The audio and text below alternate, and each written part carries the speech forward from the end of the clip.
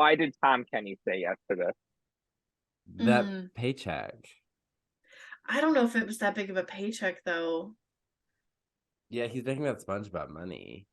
Yeah, there's a few people where I'm like, wow, wow. Do you have like gambling debt to pay off? I don't know what's going on with Pauly Shore these days, so who knows why he said yes. Who knows why he was asked? That's the question I have. Welcome to Not My Fantasy, the podcast where we discuss the lore behind our favorite and least favorite fantasy films. I'm Cullen. And I'm Hannah. And today we have two very special guests, my cohorts in a podcast that never was about shitty movies. Where like we should have done a podcast about all the terrible movies we watched, and now we're doing it in a way. We have my friends, Katie Weatherly and Aaron Buckley. Yay! Welcome. Are we allowed to talk now? Yes, you are. Okay. You are ushered in, introduced. Guess which one watched the movie and which one didn't. Just tell me when my lines start. And see. I'm gonna need my It's all Union scripted, 15. right? Yeah. So today we're talking about Guillermo del Toro's Pinocchio, movie made by my dad Guillermo. Wait, I thought we were doing the Disney one. The one with Tom the Hanks? whale. No, I watched the animated. You told me it was animated. Oh my god. What are we gonna do? What are we gonna do? Or let's just talk about a Pinocchio movie everyone has seen. Absolutely. You know what? I definitely saw this movie on my own accord. No pushing at all. And in fact, I think all four of us did because we just saw it and we're like, Pauly Shore, I have to see it. Pinocchio. We're of course talking about Pinocchio, a true story. It's true. It's a true story. This is a real story. It's the real story of Pinocchio. Yeah, it's a Lionsgate / Russian film. Came out in 2022. The thing says Russia. When you click on the movie, it's like Russia. Because I wrote down in my notes, is this a Russian propaganda film? Because I'm pretty sure it was. My boyfriend was listening to the songs that I could not understand the lyrics of, even though they were in English in this version that I watched. And he's like, I bet you in the Russian version, they're just like praising Putin or something. And I was like, you're probably right. Yeah. So this was I know we kind of promised Guillermo's, but it's April Fool's. April Fool's jokes. I've never been good at those. I never understood the point. You know what we should talk about? What's the lore behind that? April Fool's. Oh, I don't know. We should have looked into that. I'm not typically good at it, but one year, me and senior year of college, me and my friend Alex went hard. That's too much information. Yeah, I understand the story, and I'm like, please stop. Where was I, Colin? Where were you? Where was I? You didn't read the email, so you didn't get Dude. Were you living with the guy who? You didn't read the email. So, spoiler alert, I guess. I did not read the email preparing for this, and I thought we were going to be watching Pinocchio together and live reacting in that context. And so I did not watch it beforehand. So all of my comments are going to be just what I would expect from this movie. But I'm so mad. Now I'm Katie did all the hard work. I'm so mad. I'm so mad I had to sit through it. And you get away scot-free. I'm so pissed. This reminds me of when we were watching Food Fight in college together, because me, Cullen, and Buckles all went to college together. And we watched Food Fight, and you guys fell asleep. And I didn't know you guys both fell asleep. And I watched that whole fucking movie alone. To be fair, I had watched Food Fight in its entirety once beforehand. But I don't care. I took that nap in the middle of Food Fight, and that was like the best nap I had ever gotten in my life. And I woke up, and that movie was still going on. It was so long. And then when we watched Bionicle and they wouldn't let you fall asleep, you're like, no, you can't miss any moments of the Bionicle movie. God, I forgot about the Bionicle movie. See, why do we do this to ourselves? I don't know, but it's made some great memories. Like, I've seen Oscar-nominated films and stuff, but like, does that compare to watching Bratz or Mean Girls 2? No. Yeah, I can't remember a single memory of an Oscar-winning film that I've watched. I mean, the Bratz movie is more entertaining than Schindler's List. Like, I do give it that. I mean, I might say that about a lot of other movies too. But... Yeah, I mean, Bratitude. What a song! What an anthem! And you know, they say Jordan Peele took the plot of Us, I believe, from an animated Bratz movie. There's an animated Bratz movie with the same plot. That's so sick. I love that. Good for him. Awesome. Mm-hmm. Yeah. I heard about this movie, Fruity Pinocchio, as it was called on the internet. Pinocchio True Stories, its real title, because like people are making fun of the trailer, and I watched like the Curtis Connor video about it, which I had to rewatch as I was synopsizing the plot the morning after I had watched it, because it's such a weird movie that the plot is like leaving your brain actively. Well, I feel like you have to make space in your brain to be able to continue watching it and comprehend, because otherwise it's just like you're not going to have enough space in your brain to like get to the end. It's just, you don't need stuff in the very beginning of the movie to get you to the middle of the movie, because that's not how movies really work, right? You don't need memory. It just it washes over you like a wave of playground wood chips. Yeah.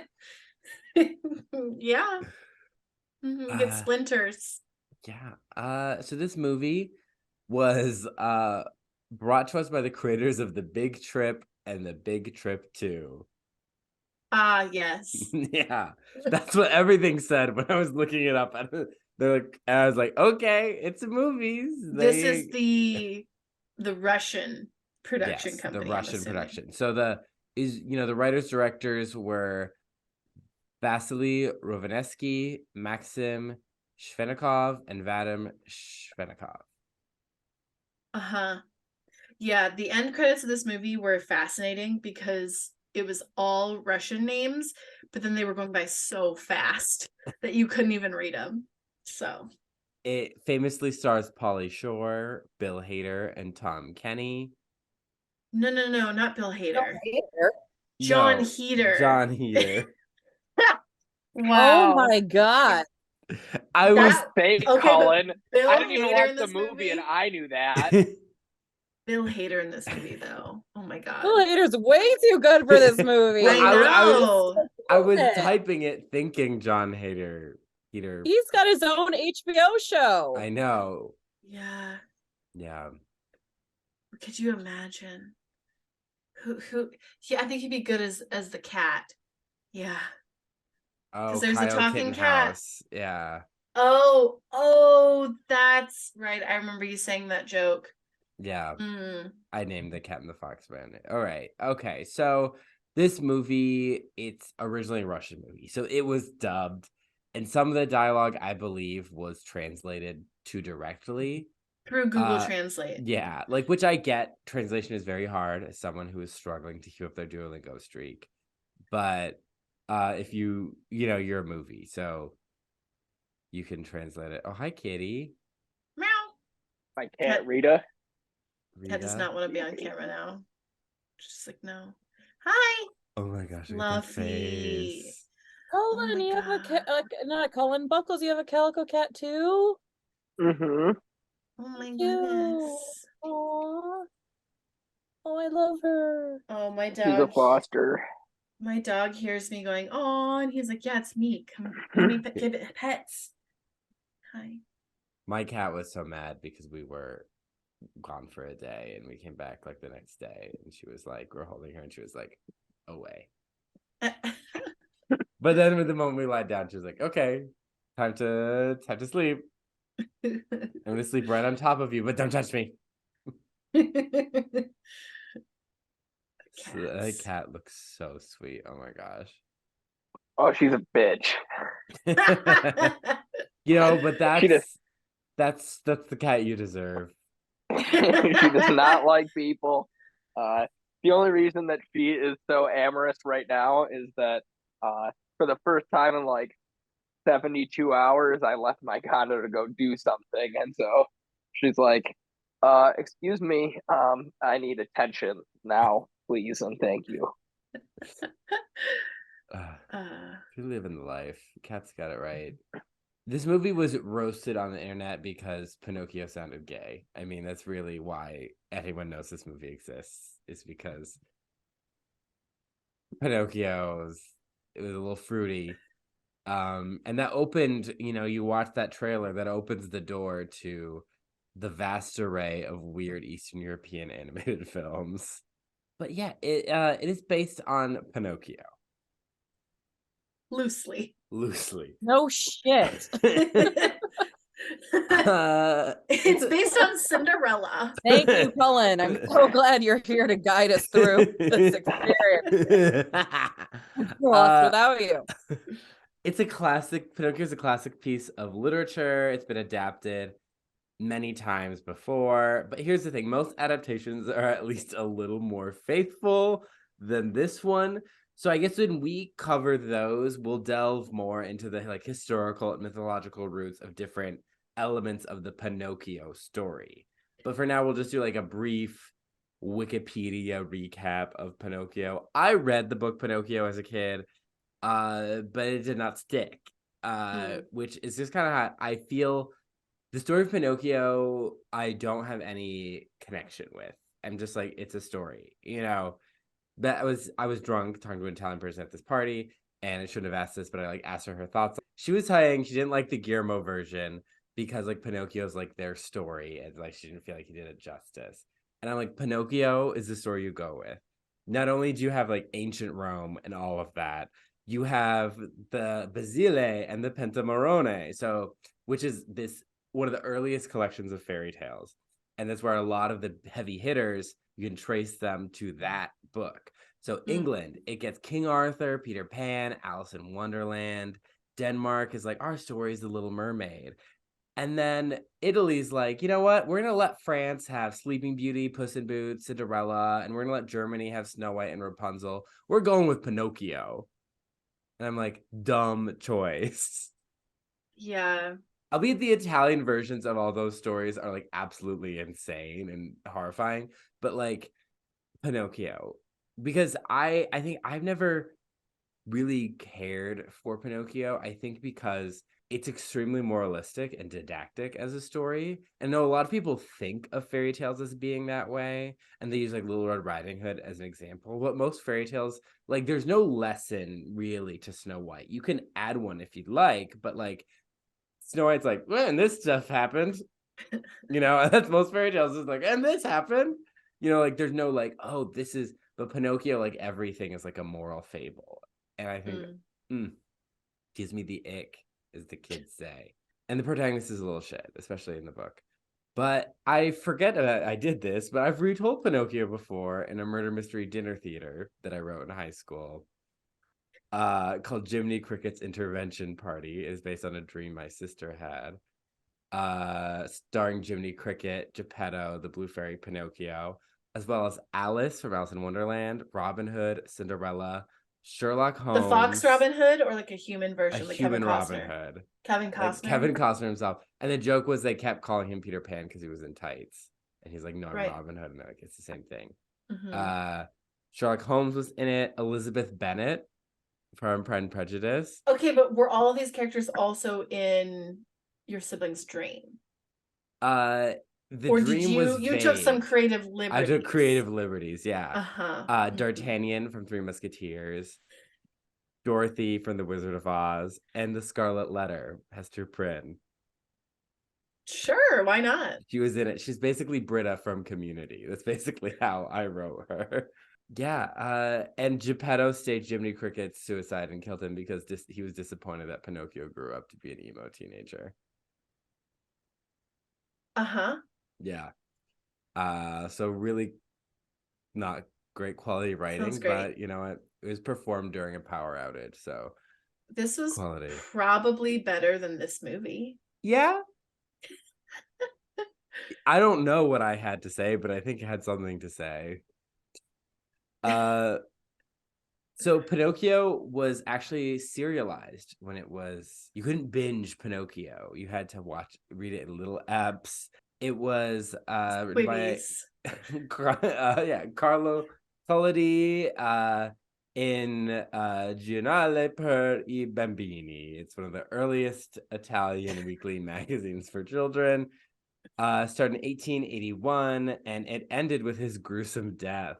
Wait, so it's like a highlights for kids, yeah, like a highlights for children magazine. Love that. Which, like, the Beaumont version of Beauty and the Beast was in one of those specifically for young women that we talked about in our Beauty and the Beast series. Yeah. Interesting. So yeah, it ended with his death, but it was compiled into a full novel, Bingeable Pinocchio. Wasn't Oliver Twist like that too? Yeah. Yeah, all Dickens. Yeah.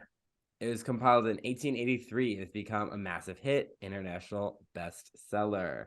So here's the story, I guess. Okay. I'm trying to summarize this quickly. So we're in Tuscany, a log is screaming.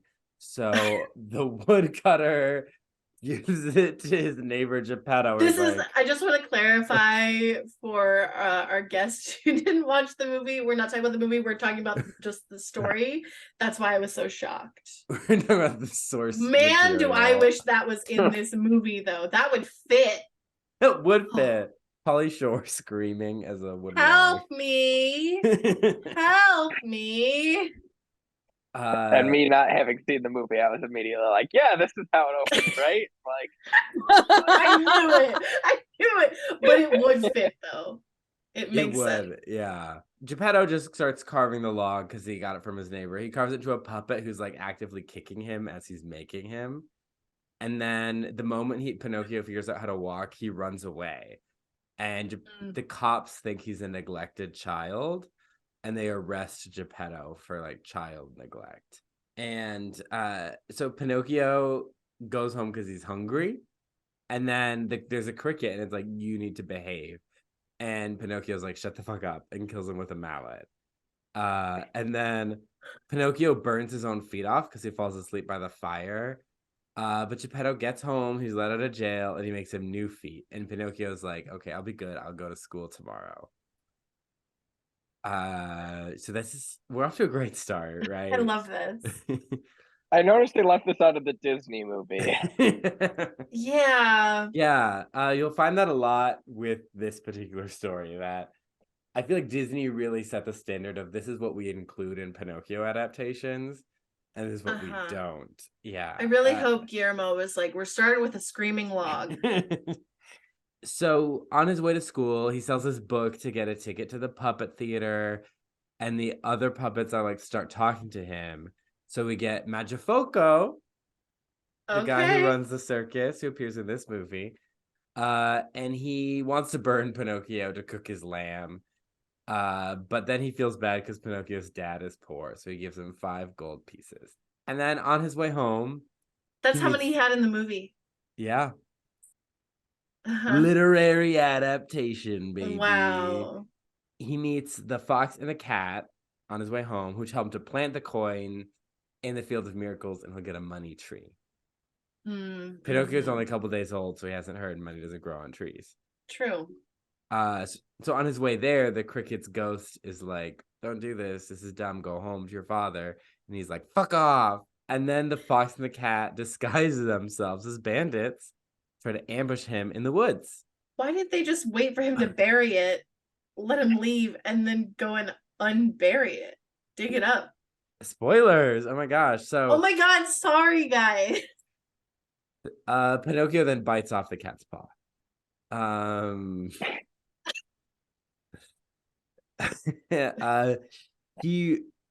runs away, and he finds a cottage where there's this young fairy called the Fairy with Turquoise Hair.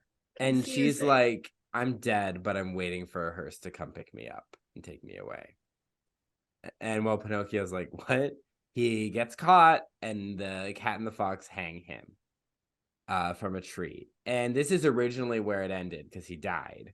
But he later updated it so he just doesn't suffocate because he's made out of wood. And so the Cat and the Fox get bored and they leave. And then the fairy gets him down and has doctors evaluate him. One is an owl that says he's alive. One is a crow that says he's dead. And the third is the talking cricket's ghost that says, the puppet is fine, but is disobedient and naughty. And then Pinocchio won't take his medicine to get better that the fairy's trying to give him, but the rabbit undertakers come to take him away because he's dead, and then he's lying to the fairy and his nose keeps growing, but eventually gets woodpeckers to reduce his nose, and he's like living with the fairy, who's like the age of like his sister. Like she could be his sister.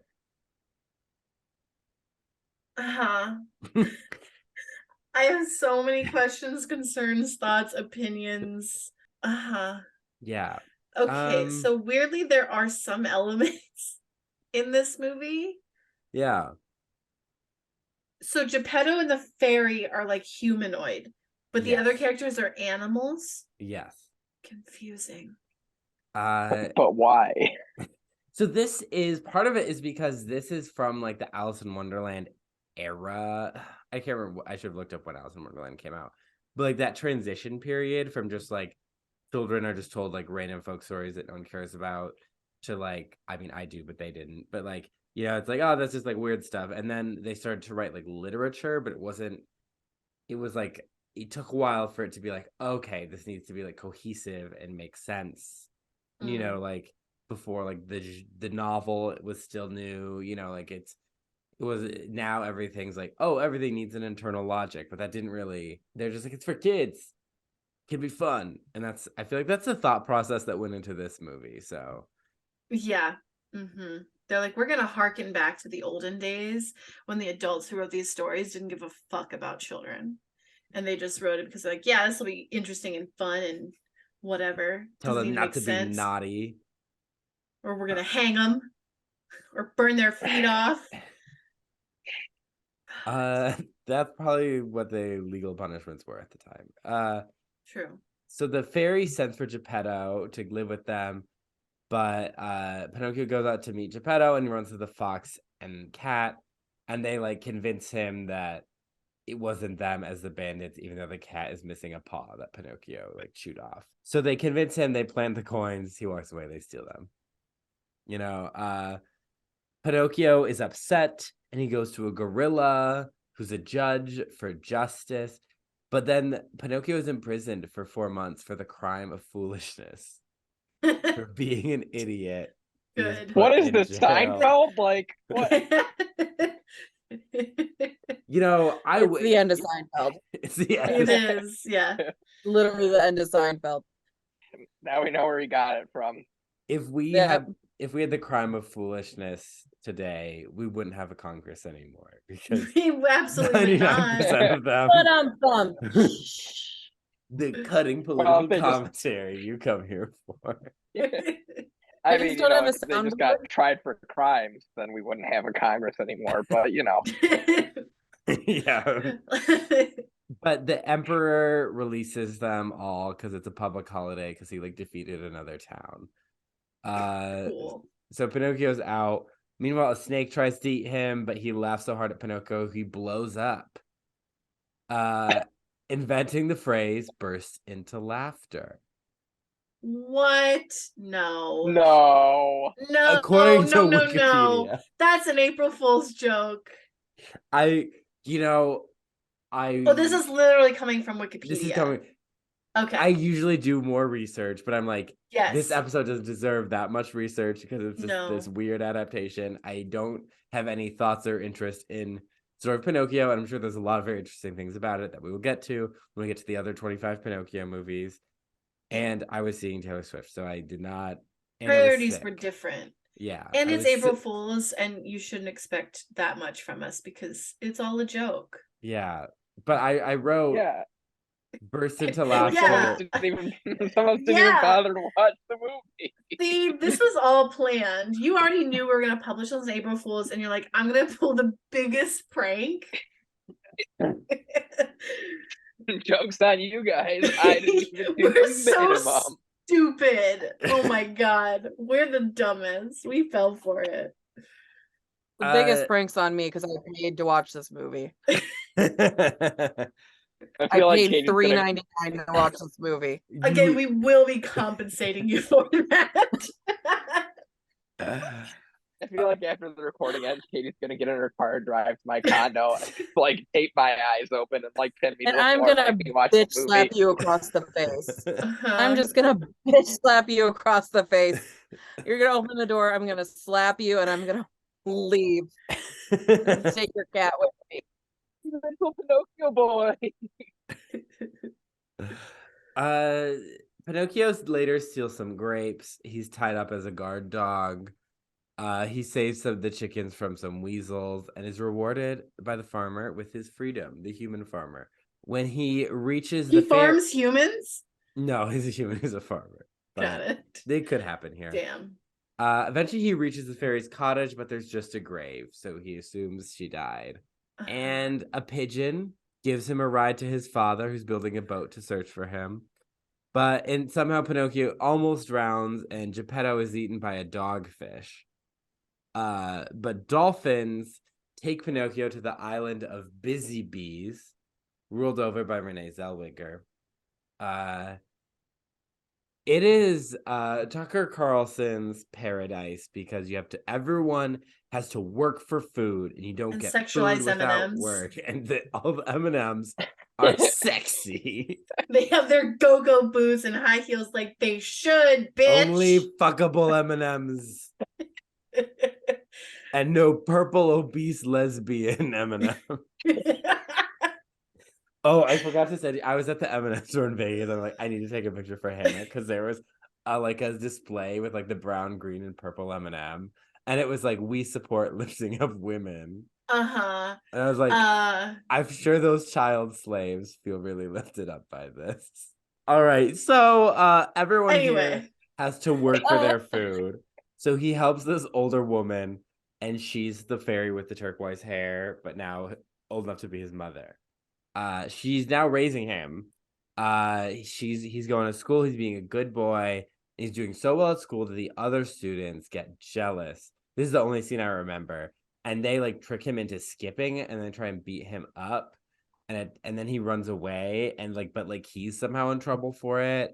And this snail is like, the fairy is willing to give you another chance. It's like, he's being bullied. Damn. Yeah. So now he's doing well at school again, and the fairy is like, tomorrow I'm going to turn him into a real boy, throw a party, turning into a real boy party. Like a quinceañera. Quinceañera, yeah. And you got your first period party. Yeah, exactly. It's his bat mitzvah. Yeah, it's his pre, because he's not a real man yet. He's just a real boy. Yes. Yeah. He runs into his BFF Candlewick from school as he's inviting people, and he's like, Candlewick's like, I'm going to the island of toys where everyone plays all day. Wait. Is his name Candlewick, or is he an actual Candlewick? He is both are options, but he is a human boy named Candlewick. Love that. Okay, his parents did not want him. His parents hated him. This is hard to keep track of. There are anthropomorphic animal people, and then there's real people, and then there are people that are named like objects. I having definitely watched the film, I definitely am keeping up with all the different characters.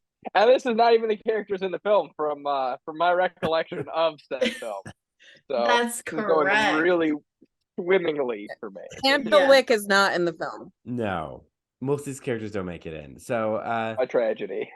He's like, I'm going to the island of toys. Everyone plays all day and never works or studies. Now, are they regular toys or are they misfit toys? That's a question. That's a good question. Let's have that conversation. But he's like, I'm going to this evil, liberal, communist dystopia where no one works and we all play. And so he runs off and they do this for like hanging out, partying on the island for like 5 months. And then hanging out. Just Down the hanging street. out. Hanging out Now- with family. with Having ourselves a What's party. up, party? shout out to the Birdemic incest song. So he starts turning into a donkey. This is a plot point people might remember. And they both turn into donkeys fully. But not in this movie. Not in this movie. Disney movie. Yeah. And presumably other versions of the movie. So they're put donkeys. Pinocchio's sold to a circus. Okay. He's a performing circus donkey, and he sees the fairy in a box seat and like jumps and sprains his ankle. Bitch. So now he's injured, so he can't perform. So he's sold to like a tanner to be skinned. And then the tanner is a little unorthodox, so he throws the donkey in the ocean to drown him, and the fish eat off the donkey, and he's a puppet underneath. Okay, well, as a tanner, that's not a good strategy because you need the skin to do the tanning. Yeah. So he was stuffed inside of a donkey? He didn't turn into a donkey, he was stuffed into a donkey? Yeah, I guess he was like... Or maybe... It's like a Midsummer situation with like, the bear? Yeah, maybe. Spoiler alert. Donkeys are like ogres. They have layers. And underneath, they're puppets. Talking puppets. And so he dives back into the water, and he's eaten by the same dogfish that ate Geppetto. So now, him and Geppetto are inside the dogfish, and they're helped by, I know it's a tuna, but I'm not sure if it's chicken or if it's a fish. Right. We all, it could only be a tuna. We all knew this. We all knew that this was going to Chicken of the sea. It was the only logical next step. That it helps Geppetto and Pinocchio escape, and they're looking for a home. And on their way there, they see the cat and the fox, and they're poor and blind now, and they're begging for like food. And Pinocchio's like, "You deserve this." What's up with fairy tales and blinding people? A lot of parallels between Pinocchio and Jesus. And specifically Republican Jesus. Figure in this story. Yeah. Oh my gosh. Is the the Republican Party it's all coming together. Based off of Pinocchio, but they just say it's the Bible? Because they're like close enough? I mean, it's basically, I've never read the Bible. Sorry. Sorry. Sorry. Sorry. For any of Cullen's homeschooled friends watching. I've never read the Bible. The truth comes out despite all those years of InterVarsity. All those years in InterVarsity that I just went to hang out with some friends. And years of InterVarsity training completely thrown out the window. But the fun part of it all is that technically Katie was a Christian because she was actually baptized, and I was only fake baptized. That's true. That's true. No, I was Catholic. A Catholic. A Catholic, because I was baptized in my grandparents' dining room. Holy place. Yeah. My parents didn't know about it. Yes. Oh. That's what my parents should have done, because then there would have been no nerd taking a video to then later be like and watch it years later and be like, they baptized me wrong, gotta tell the Pope. What a nerd move. What a nerd move. All right, so Pinocchio's judging. My grandparents just used a flash camera from CVS. Yeah, and the they just used a disposable camera. Yeah. The flash was in my burning my infant retinas as I was getting doused with holy water. That's the good Lord wanted. Yeah.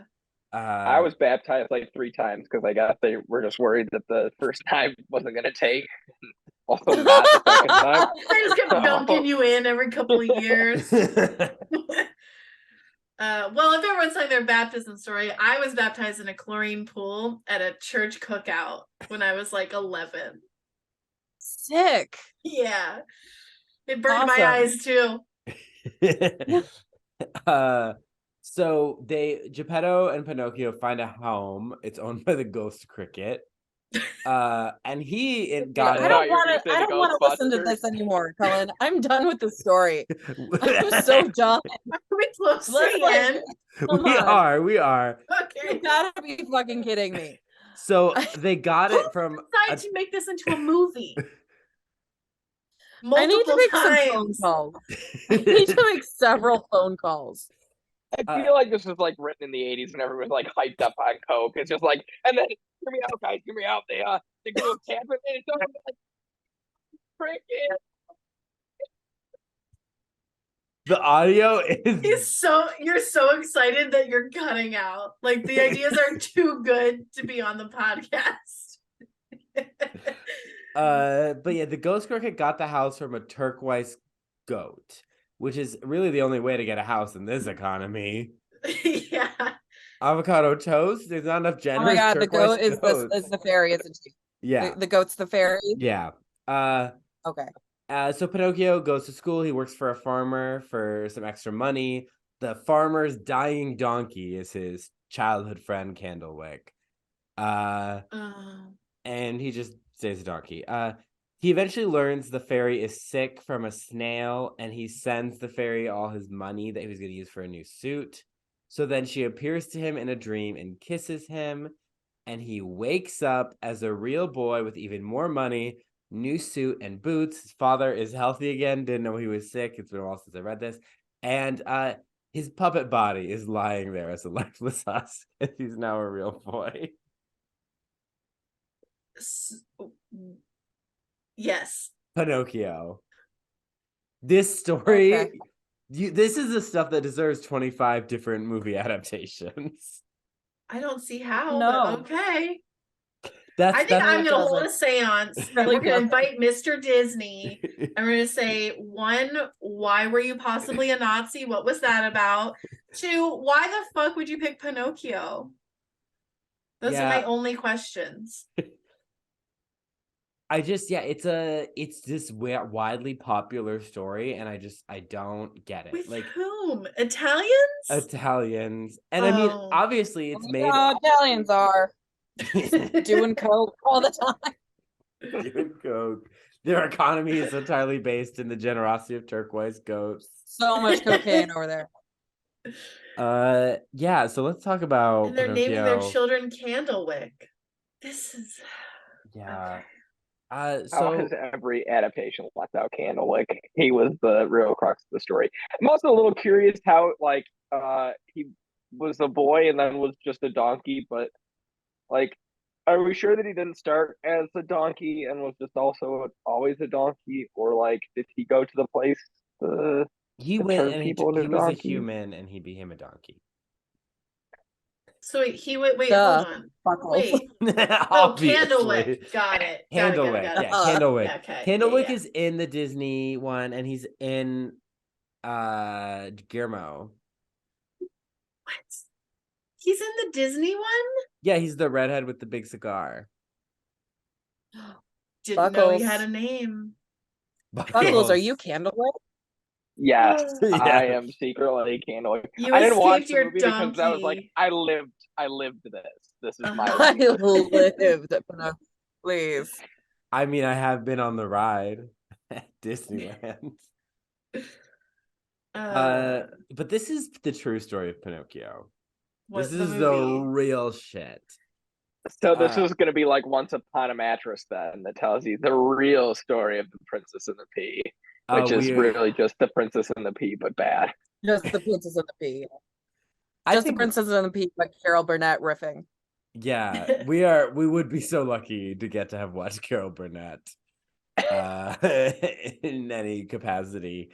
I love Carol Burnett, especially because I don't think women are funny because I don't like Amy Schumer, and I'm like, as if Carol Burnett didn't have like a whole ass show back when there were like 3 TV stations. Yeah, no kidding. Yeah. All right, but this movie, it opens with a horse. A talking horse. A talking horse. I remember the horse from your synopsis of the fairy tale. So. Yeah, there are 1,000 animals, not one horse. The main characters is a horse. He says people had all these crazy ideas about noses growing. That's dumb. Have you ever seen a nose grow in front of your face? Here's the real and better story. He's also at the circus. He pops up at the circus and then leaves the circus. Like, yeah, I don't like when the movie opens and the one of the characters is talking to me, catching me up. It's just I don't like it when they make eye contact with me. I don't like it when they break that fourth wall. I get very uncomfortable. You're especially when it's a movie this shitty. I don't want to exist in the same universe as you, Tybalt. And they're kind of always patronizing too, so patronizing. You stupid audience member, you probably thought that you were in for a movie about this, but really it's going to be about this. And I'm like, okay, just show me the movie. Don't tell me about it. Show me. It's a bad move because you're literally about to be like, you thought you were going to watch a good movie or a movie you thought could be good. No. You thought you were watching an adaptation of a story I guess a lot of people give a shit about, or at least can say, oh, I know it. That's the one with the wooden puppet boy whose nose You don't know the actual story that we're about to tell. It's like, you just set yourself up for failure. The actual story is way more boring. Yeah. It's about to get so much more dull. That's my biggest criticism is I kind of didn't want to talk about this movie because I was like, it wasn't so bad it's good and fun in that it was just so dry. I would rather watch the trailer 1,000 times. Yeah. That's what I'm gonna do instead of actually watching the movie is just watch the trailer. Fuck you. Fuck you, you owe me $3.99. Yeah, actually, you should compensate her. Yes. Give me my money. Give me your fucking money. Boom, boom. It's John Heder. He plays the horse. Yeah, aka Napoleon Dynamite. Tybalt.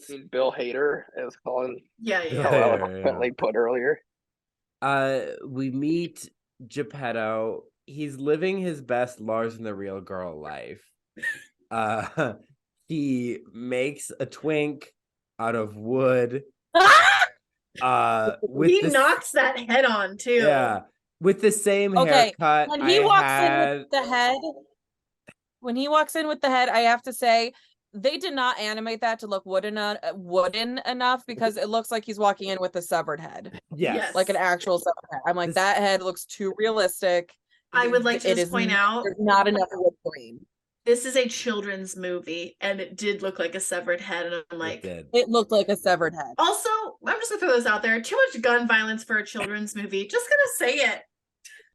Yeah, and Pinocchio has the same haircut I had when I was 23 in my peak Astro Boy phase. He's kind of like a blonde Astro Boy, yeah. Yeah, and I was like, this Pinocchio it's not giving I want a little boy to be company. It's giving I want a little boy to keep me company.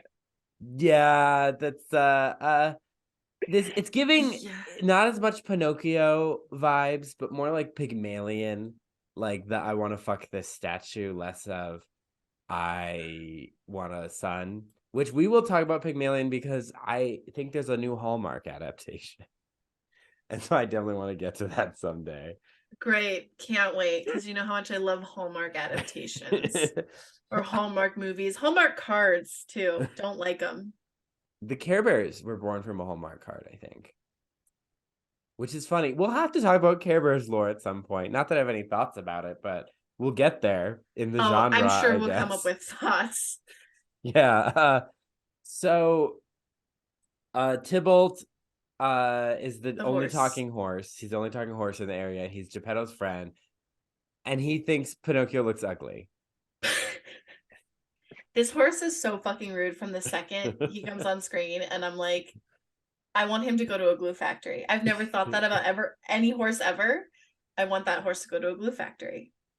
You've not met enough horses then.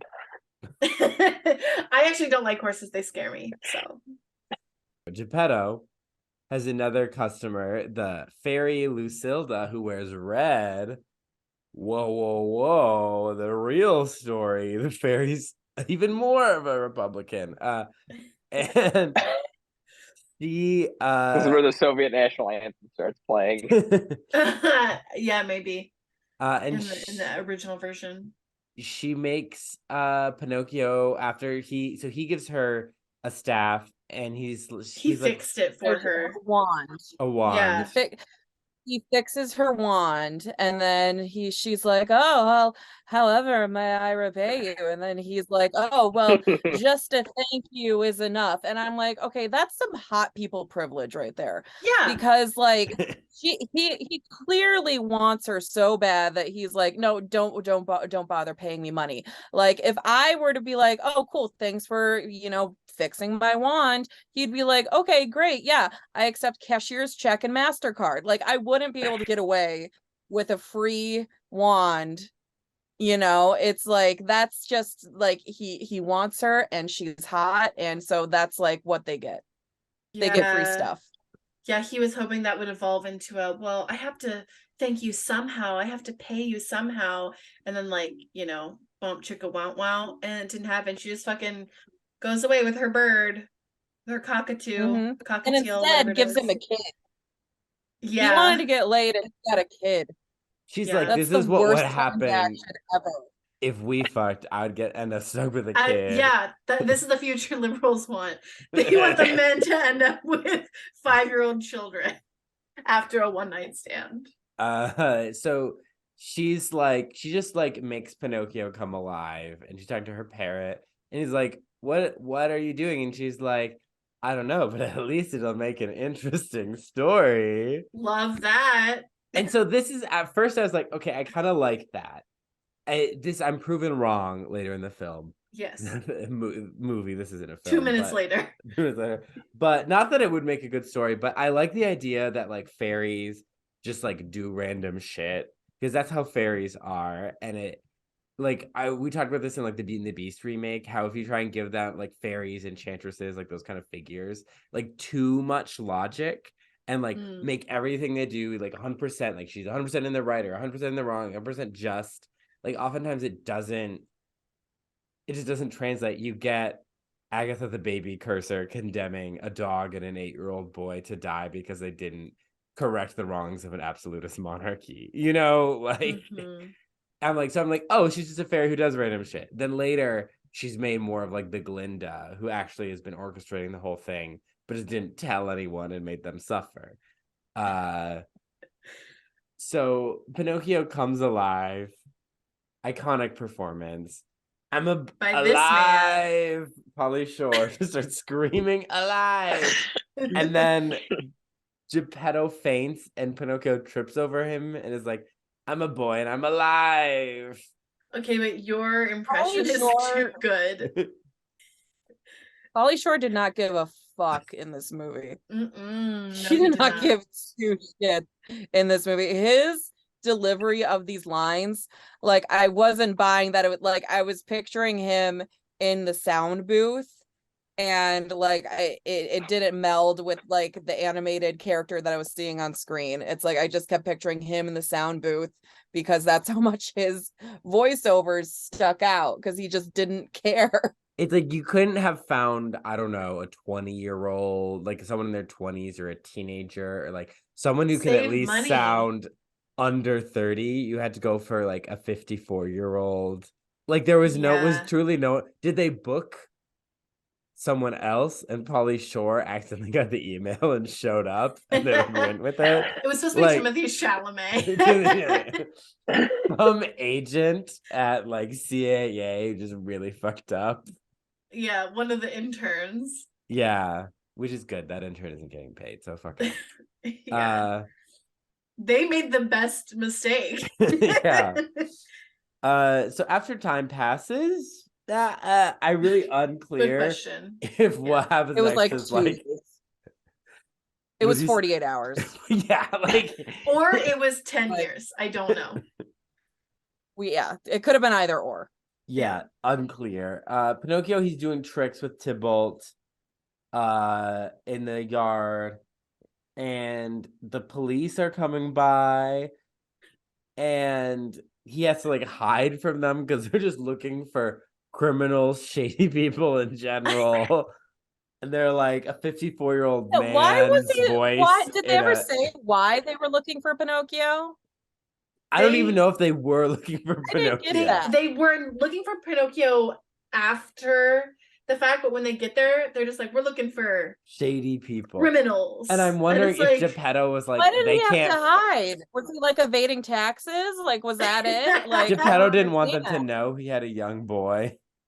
He was claiming as a dependent, but he's not a gotten real in boy, trouble so he for it before. oh, can't he was claiming he technically. was a dependent, but he wasn't a real child. I love that. It's the IRS. He's gotten caught for something before, and he's like, I can't be caught with another underage youth. That's In my house. God. No. And so him and the horse are hiding, and the cops are like, have you seen any shady people? And Geppetto's like, only you. And I'm like, this like, movie really said good a one. cab. It They really did. Until The the last first second. one to say it. First ones Yeah. to say it. The Until first the very Pinocchio end. film to go there. And they leave or whatever. They're walking around, and then he's like, why do I have to hide? I can pretend to be a stump. And then he's like, Father, when can I go out and be on my own? Iconic line that made this movie famous, the reason we're here today. And he's like, you're too unique. And Tybalt is like, you mean special? And he's like, yeah. Okay, so he's not allowed to leave. How old is Pinocchio supposed to be? 54. Between 7 and 245 years old. Because I'm like, they call him a boy, and I know he's a puppet boy, but like, there's got to be an age equivalent because. Well, because he also like They have to cut him open and count the rings. I was just gonna say it really depends on the Thank tree he came you. from. Yeah, but also he has like a romantic sense of love, but it also feels like a kid crush. Yeah, No I'm like, he idea. could be, I would say 15. Yeah. So for those that did not watch the movie, are you telling me that there's some puppet fucking going on in this film? Like, It's a puppet who would like to use his wood eventually. excellent. I was saying, like, okay, we have this wooden twink boy who in some stories is a thing that grows. I'm getting weird vibes. But as I did do the little research I did, as I was looking through Wikipedia, I did learn there was a porn film of Pinocchio. That the caption was, it's not his nose that grows. I mean, it'd be irresponsible Who of someone didn't not just to make that stumble movie. upon that on your research? Well, I was gonna say, Look You up the didn't stumble upon it, you Wikipedia looked at it. page for Pinocchio is it under adaptations. adaptations? Fuck yes, I love you, Wikipedia. Whoever wrote that entry deserves like the Nobel Prize in Literature. They're like, I watched something that needs to be documented. I watched all the adaptations, even the porn ones. You know, Buckles isn't going to watch the original film that we were supposed to watch. He's going to go watch the porn film that one as this podcast is over. It also stars Pauly Shore. Someone did reach It out. also stars giving just as much enthusiasm. Giving just as much enthusiasm. Oh, wow. You're blowing my mind. Wow. That's amazing. Tybalt. Horse X puppet? Catherine the Grey, who? His nose doesn't grow. Maybe something else does. Bada bing, bada boom. Someone did ask if we wanted to do like a bunch of the Glee podcasts, if we wanted to cover the Glee porn parody. The conversation didn't go very far, so I didn't have to say yes or no. But I was like, I don't know if I need that. I don't need that. I don't want that. I don't want. I didn't even want to know that. I didn't know that, and now I do, and I wish I could go back. That's the theme of today's what episode. website is it on? Probably Pornhub. If you decide that you're gonna go back and watch it, I will be the guest for that. I volunteered to be the guest for that episode.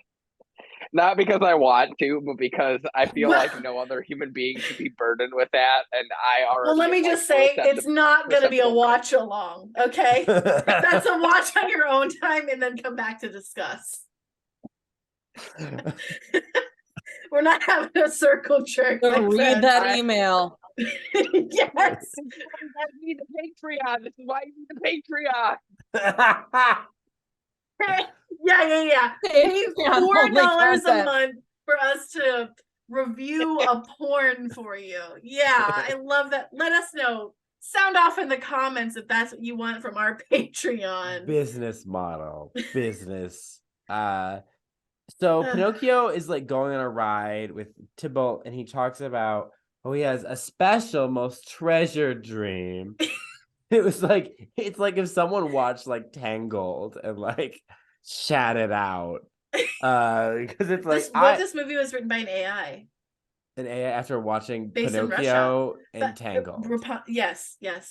Because it's very tangled with him and Geppetto, and also he's like, I have a dream. And also Coco and there's a horse and Coco Melon. The horse was very Maximus in animation and attitude.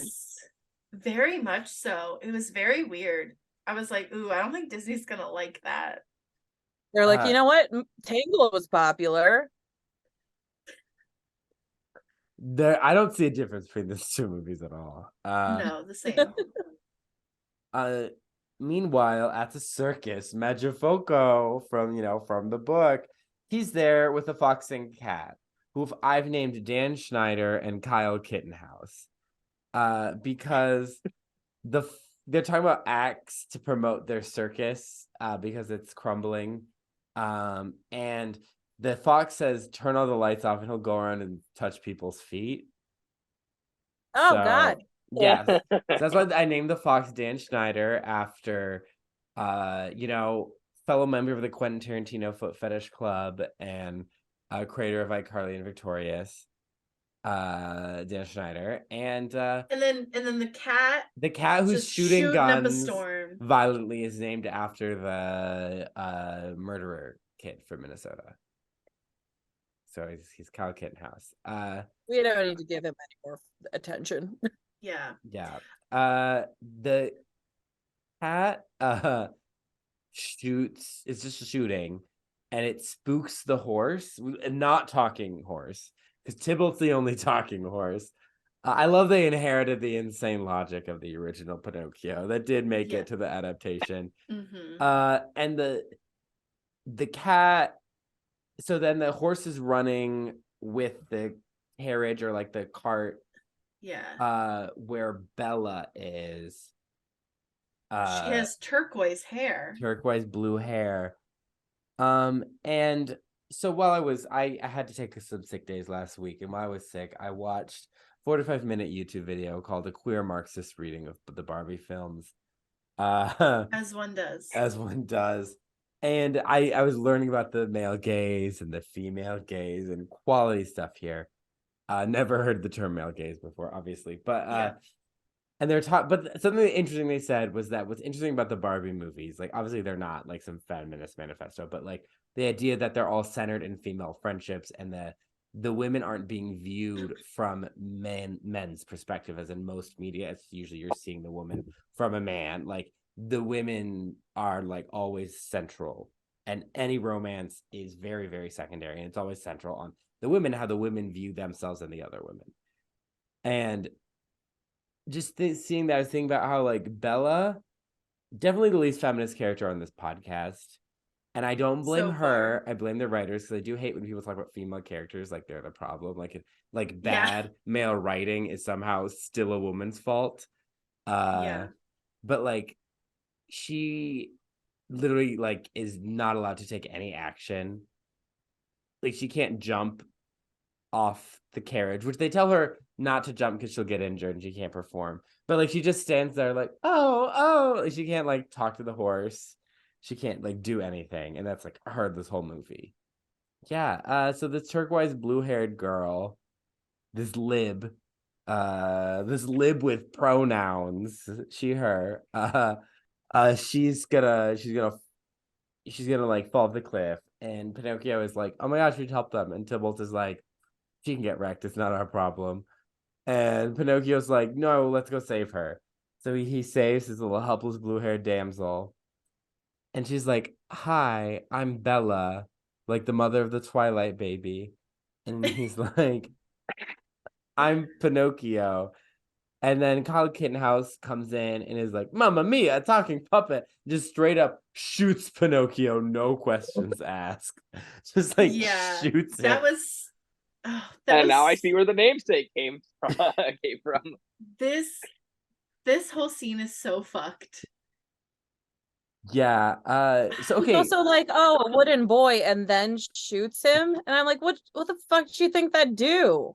He's wood. You just said that he was wood. You're also a talking cat in clothes with a gun. Yeah, and a wooden boy is weird. This world has no logic. Like there's a non-sentient, non-talking horse, then there's a sentient talking horse, and that is not resolved at all. It's like there's no rules in this world.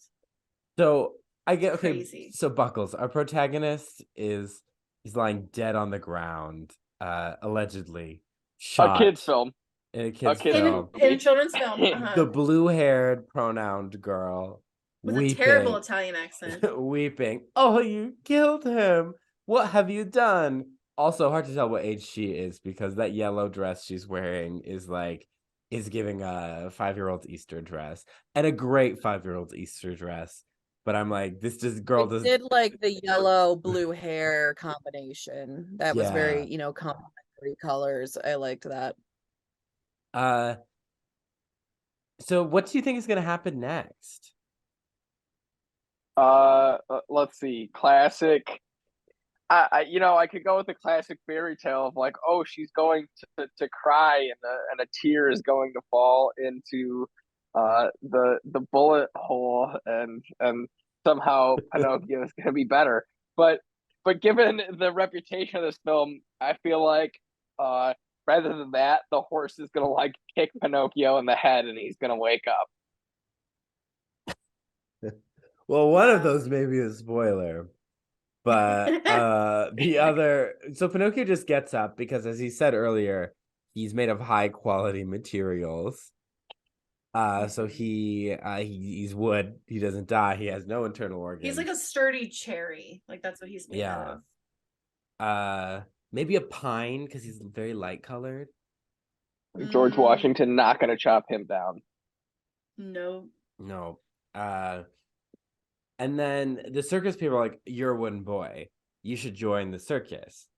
And Tybalt is like, no, we need to go home. And they're like, horse, you could be his talent agent. And he's like, Tybalt suddenly like, Hollywood, here I come. It's honestly the most realistic thing in this movie. The moment he's a talent agent, morals flushed away. Not that he had many morals to begin with. He was gonna let that child die.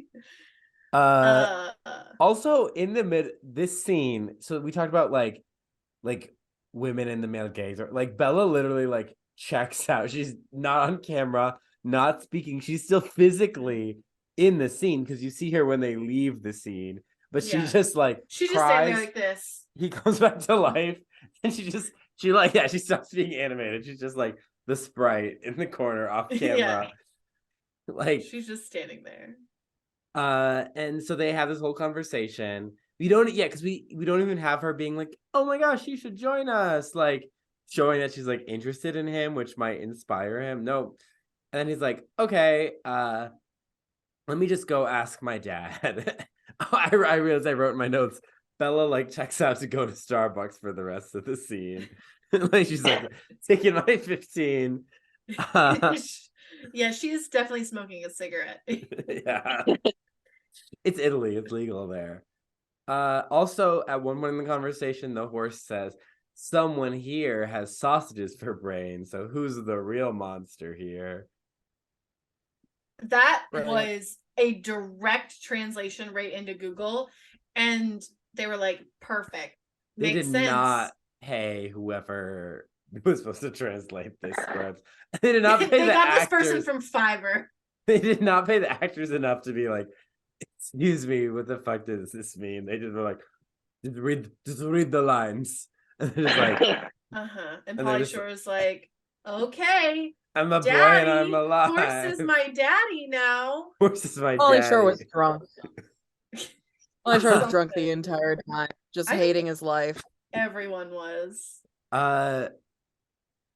Maybe they were all under a spell and their bodies were being operated like flesh puppets, just like opening and clothing. He goes to his daddy suddenly. Suddenly it's not father, it's daddy. Yeah, this is another big problem, is that he kept calling dad daddy.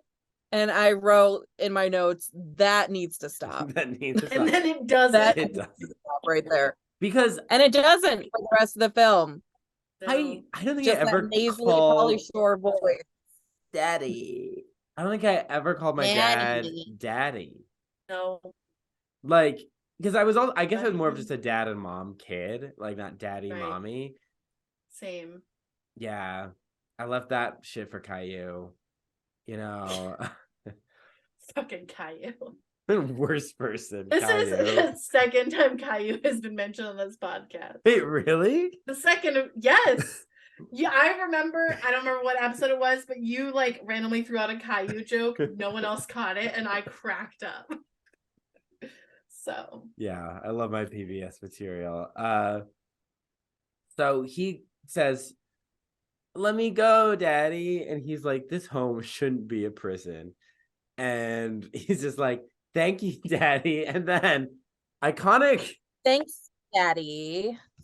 followed by the iconic skidoo, skidoo, skidoo, skidoo. What the fuck were the noises that Pauly Shore was making? And the best part is that like He's off camera, so you don't see what skidoo skidoo is an action for.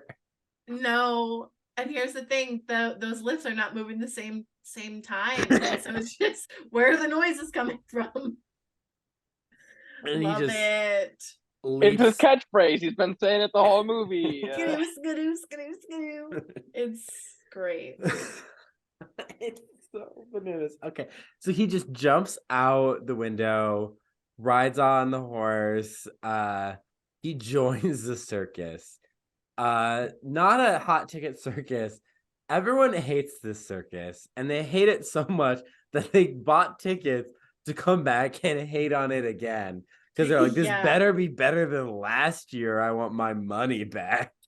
And I'm like, wow, people in the past hate watch too. They're just like us. Yeah, that's what I was gonna say. That's what, like, when we do shitty movie nights, that's essentially what we're doing. Like, we're putting on a Neil Breen film. So yeah, everyone's hate watching this circus. And then Pinocchio comes on and he's super nervous and he takes like 25 minutes of sitting there being nervous. And then he's really good and he jumps around his little gold suit and everyone's like, wow. And Tybalt, his new dad. Because he then Mochifoku is like, "You're so good. You should join our gang. I mean circus." And then gives him 5 gold coins, and then he asked Tybalt to be his new father. And Tybalt is like, "What? Not." Which is also how you get inducted into Scientology, basically. That's exactly you talk to a talking horse whose concerns are why not. Who's like, "Call me daddy. Call me daddy." And like, if you're late, I can ground you. You have to do exactly what I say. I was like, this is literally the 50 Shades of Grey agreement. He's a toxic dad. I was like, wow. And he's like way too excited about like the punishment part.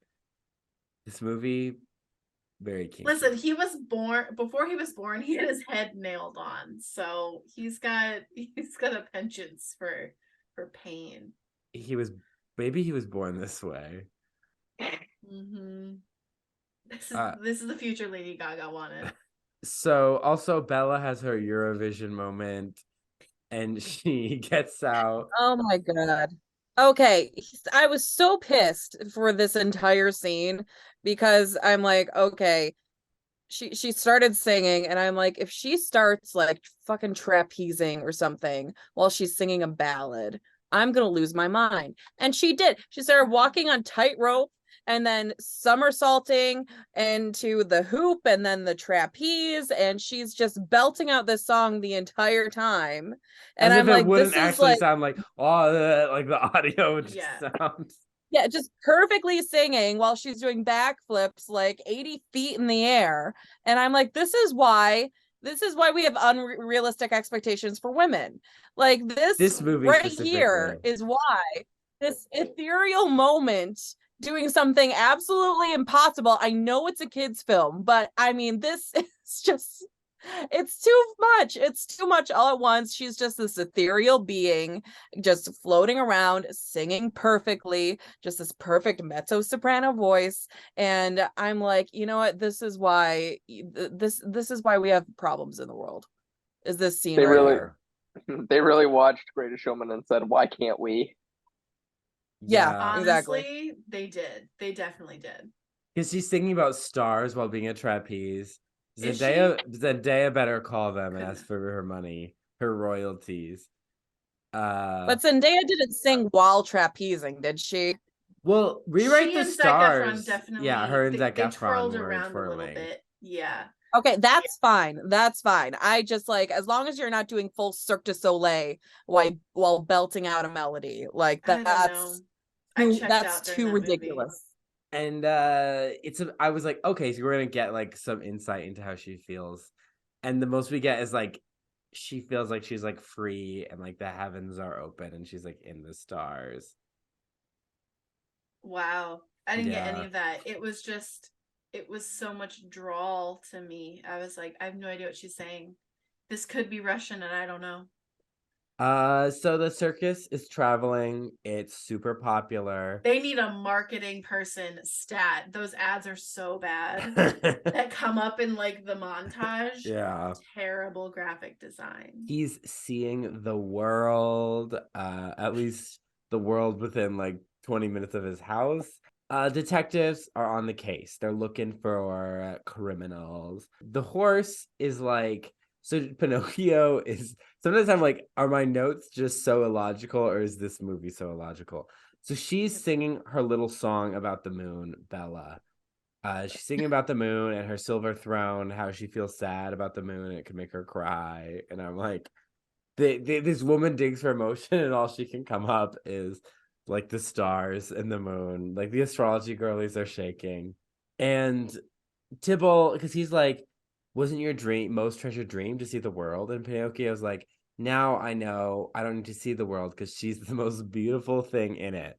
Her, the first girl she's I've ever met. somersaulting around and singing, and then she's like this ethereal moment, and then He put her on a like pedestal. guy's like, oh my He'll never God, come that's down from like, that. yeah, that's like the perfect girl for me. Oh my God. She's Like, got wow. And blue it's like hair. as if that guy in real life could ever get that girl who's like literal magic. True. This is the problem with the world. This is the problem. This is the problem with straight men.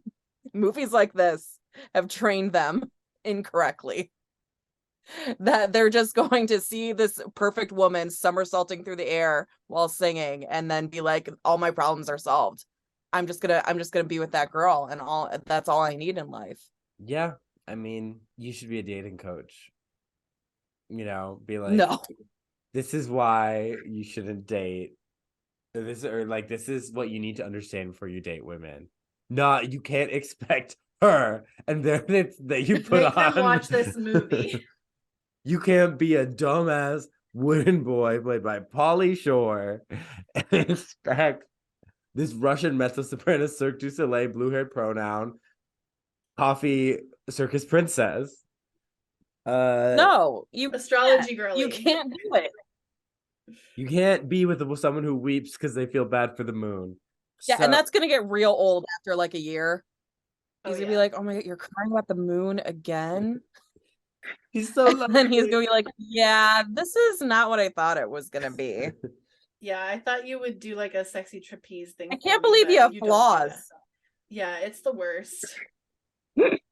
So the horse is like, you need to go tell her how you feel. And he's like, go for a walk on the beach, which are docks, at night because the cafes are closed, so you don't have to buy your ice cream. And I'm like, look at this podcast bro horse. Is the worst. But then, you know what? Later on, he redeems himself because he's like, he does not. He does not. He says, okay, he clears the bare minimum floor he's like, if she rejects you, she rejects you. Like, True, you know, now you know. He doesn't say keep going. He just says, well, you asked her, she said no. You know, so he's a giver of flowers. So he grabs flowers and he knocks. And meanwhile, Bella overheard Metrofoco and the cat and the fox talking about how they need Pinocchio for their big evil plan. Aaron, what do you think Pinocchio says when Bella tells him he can come in? Or says, who is it? And he opens the door. It's got to be like something like completely like off the wall, and also like I don't know. I want to say it's the me and Mario, but how do you know this movie so fucking well? Because he opens the door and he walks in and she's like, who is it? And he's like, it's just me. That's weirdly close. Like, how is that? It's so just me. That the Mario movie is just a cheap knockoff of Pinocchio, a true story. Just Pinocchio, a true story with Chris Pratt. Yeah. So she does the thing. Okay. Sometimes I'm like, remember to explain the trope before you go into why you hate it. She just goes like, get away, go away. I never want to see you again. I don't even like you. And like slams the door on him. Because she heard that he's being used for an evil plot. A scene where someone has to lie and say something mean to someone because in order to protect them, when done well, is actually could be a really good scene, you know. But you need there to be a reason why they can't tell them the truth. Because I feel like 9 times out of 10, when people invoke this trope, there is no reason for them to not tell the truth. You know, there's not like someone's watching them right now and they have to say whatever they can to get them to leave so they don't, you know, it's just the writers are finding a lazy way for the characters to not communicate, for not to her be tell that to Stephanie Meyer, author of Twilight Saga. Well, she can keep her Mormon adult ex-baby fantasies away from me because you name my baby after the Loch Ness Monster, but because she named my daughter after the Loch Ness Monster. So this other Bella, the Bella in this movie, oh God, it would for her to be like, oh my gosh, okay, Pinocchio, like I just heard that the circus, the Dan Schneider and Metrofoco and Callaghan House, they're planning some kind of crime. We need to figure out, and it like involves you. Maybe you need to lay low. Maybe you need to figure out what's going on. Like, there's no reason for her to just be like, I hate you, go away. Yeah, and I thought I just tuned out and missed it, but like they really didn't. She just like they just did that. There was like no reason for it. But then the rest of the story happens, and it is like the craziest choice after this moment. I could have never predicted it. Yeah. So he is like walking around and he's sad, and the fox and the cat, Dan and Kyle, they're bullying Pinocchio because, oh, like you think she could love you. So the Mangiafoco, he's literally like, we need Pinocchio. Yeah. And they're all like, yeah, we need Pinocchio to make this work. And then they go and bully him, and they're like, yeah, she hates you. You're lame. You should leave. You should go see the witch doctor. Oh yeah, he says they see the witch doctor. And they also mentioned that she's the boss's daughter. Yeah, but they're bullying him and like trying to convince him to leave, but they know that they need him. The logic, there's no to logic. be fair, the most accurate representation of men. We need this. You're person. sad Let's about something. Bully them. We're gonna bully you. But then a random clown, I think his name's Fazoli, which is the to-go Italian place in the Midwest that I didn't know existed and learned about. So, Liz, talking about an April Fool's joke, I'm gonna let you guys know my father will never listen to this podcast. When he comes to visit, Lyle and I have already planned that we're gonna all dress up. We're gonna go to a nice Italian restaurant. We're gonna treat him, but we're gonna roll up to Fazoli's, which literally is like a drive-through Olive Garden.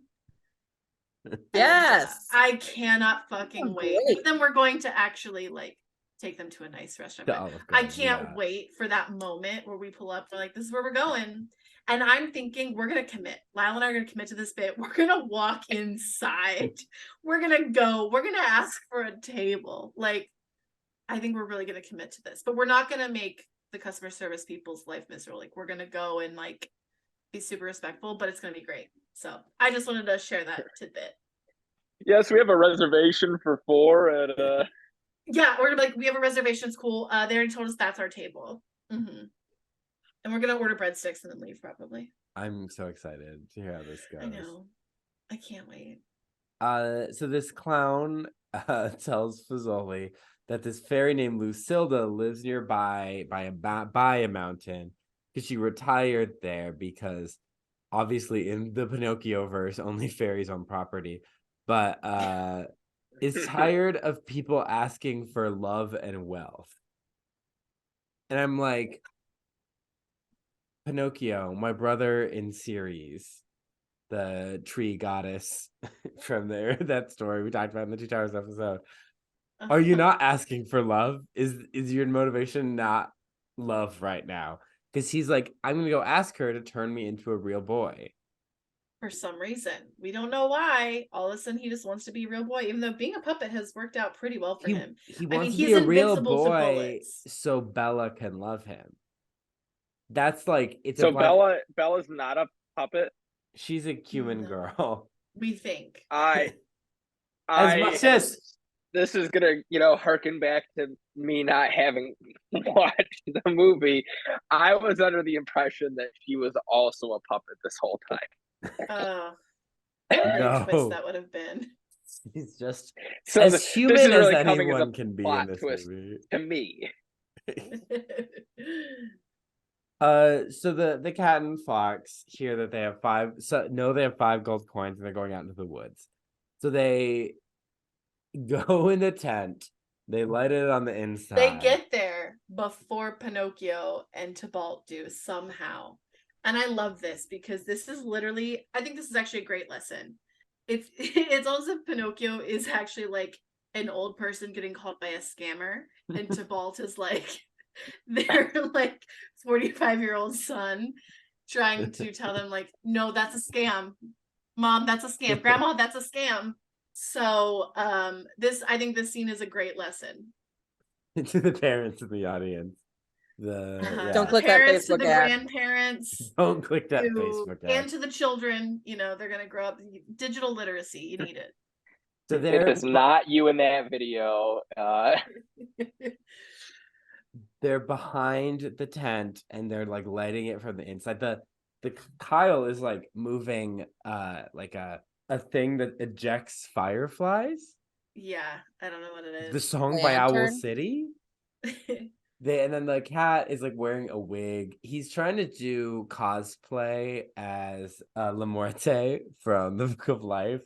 Yes. Yeah, and he's like, do it. And Pinocchio is like buying it. He's like, yep, this is the fairy. The fairy just hangs out. They're like, we need 5 gold coins. Says, oh my God, that's exactly how much money I have. And it's like, this kid is so stupid. And he's supposed to be our protagonist.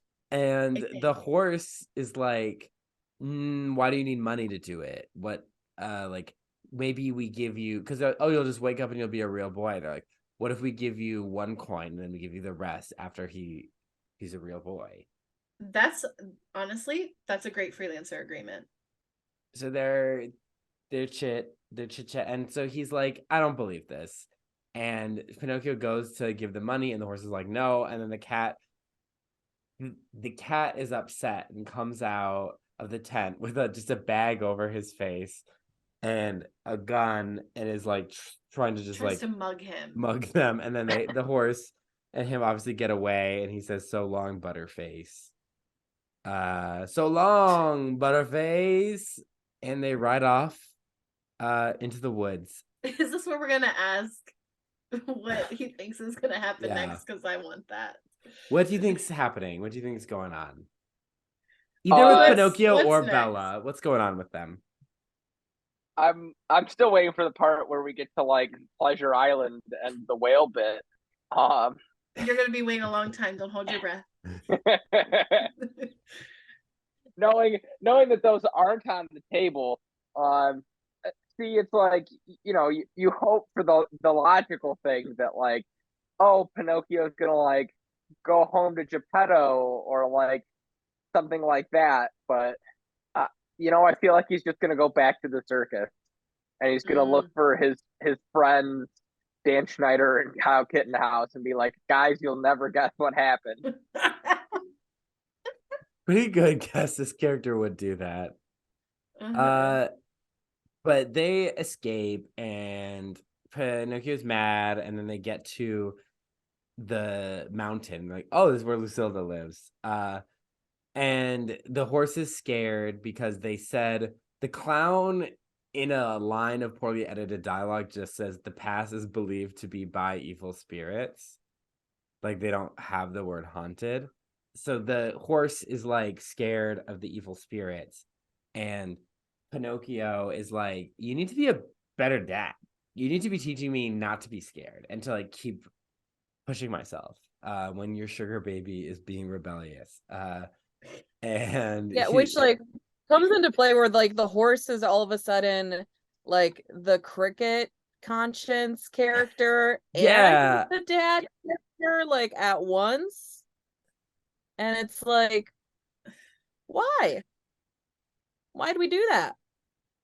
See, I get the idea in that. So in Pinocchio as a story, there's a lot of moral guidance characters, but not a lot of like friends. Like, everyone's either trying to scheme you or they're like a parental figure.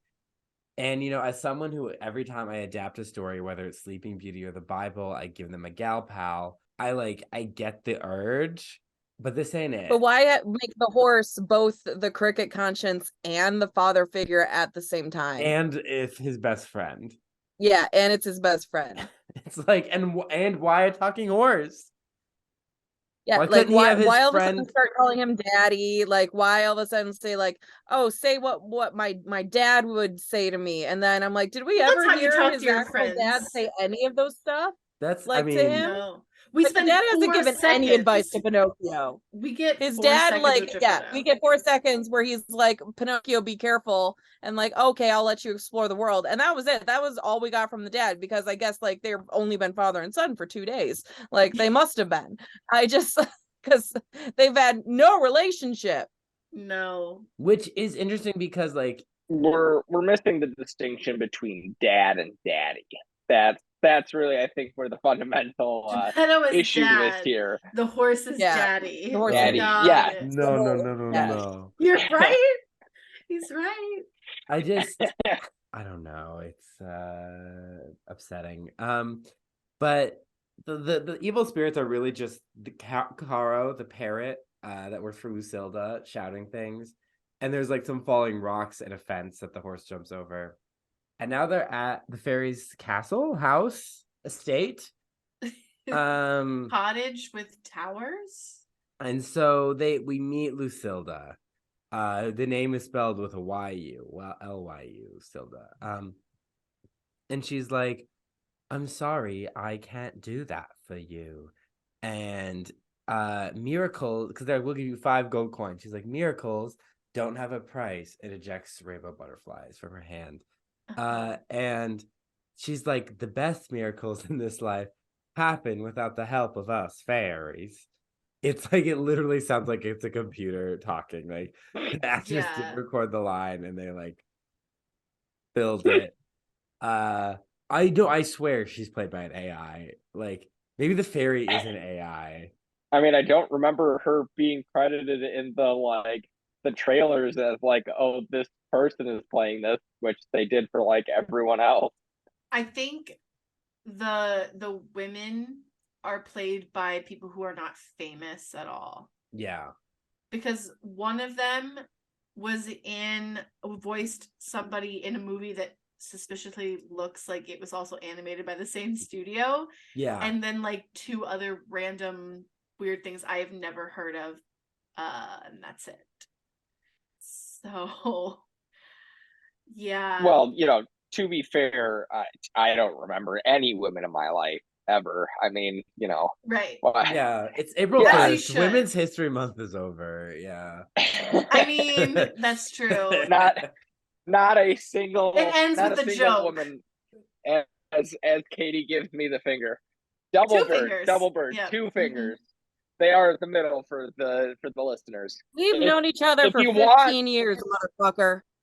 If you want to see Katie giving me double birds, you have to subscribe to the Patreon so that you can watch the recording.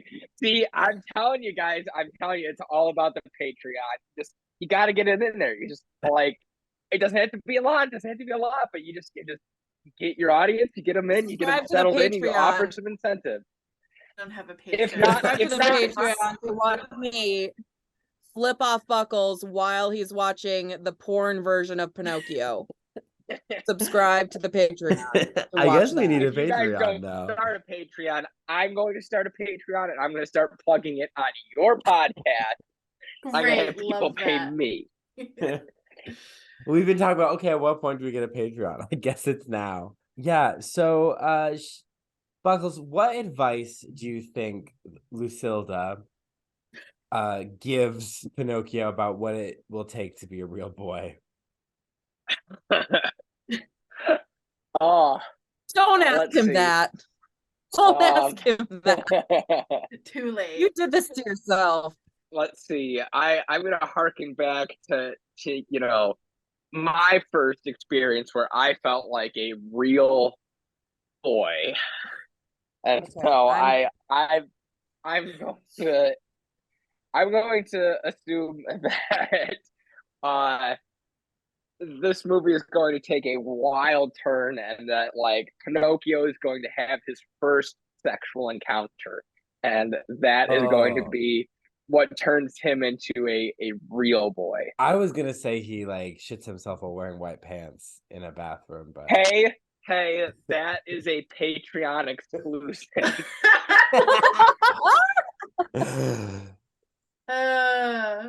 It's the first moment you felt like a real boy was when you were using my Palm Sunday fronds and trying to shove them in my mouth from the top bunk of. It was when I was playing with your nipples. Yeah. Let's be honest, Cullen. Come on. Yeah. Get down to the. That's your first sexual experience, if I'm correct. Yeah, correct. Yeah. Yes. Yeah. I was there. Actually, all experiences are sexual experiences for me. So this podcast is a wildly sexual experience for me. So everybody that is currently listening, thank you for participating. This is really it's subscribe to the Patreon for quite the ride. If you subscribe to the Patreon, you might be able to participate in my sexual experience with this podcast. He's gonna point the camera down a little lower, if you know what I'm saying. Remember when Katie was doing an art project for her class, and I was a couple times I was your model, and you were my subject. Yes, I was sitting on a chair French girls. in khaki pants and a blue t-shirt, just sitting, and you like did this effect where it was like I was like doubled and layered, and the person was talking about, your professor was like, homoeroticism is really in right now. Yes. I took a photo of Cullen because Cullen was always just such an inspiration. And he was just sitting on a chair, and like I think I it was did maybe like I took sections of him in different poses and like layered them on top of each other in this kind of like mosaic-y style, like kind of like flip book, but not really a flip book, just like in one picture type of a thing. And his hand did look like it was getting like really like close to his crotch in like a few of the pictures. And so when my professor was critiquing it, he was like, yeah, this is, this is really homoerotic, and homoeroticism is a major trend that's going on right now.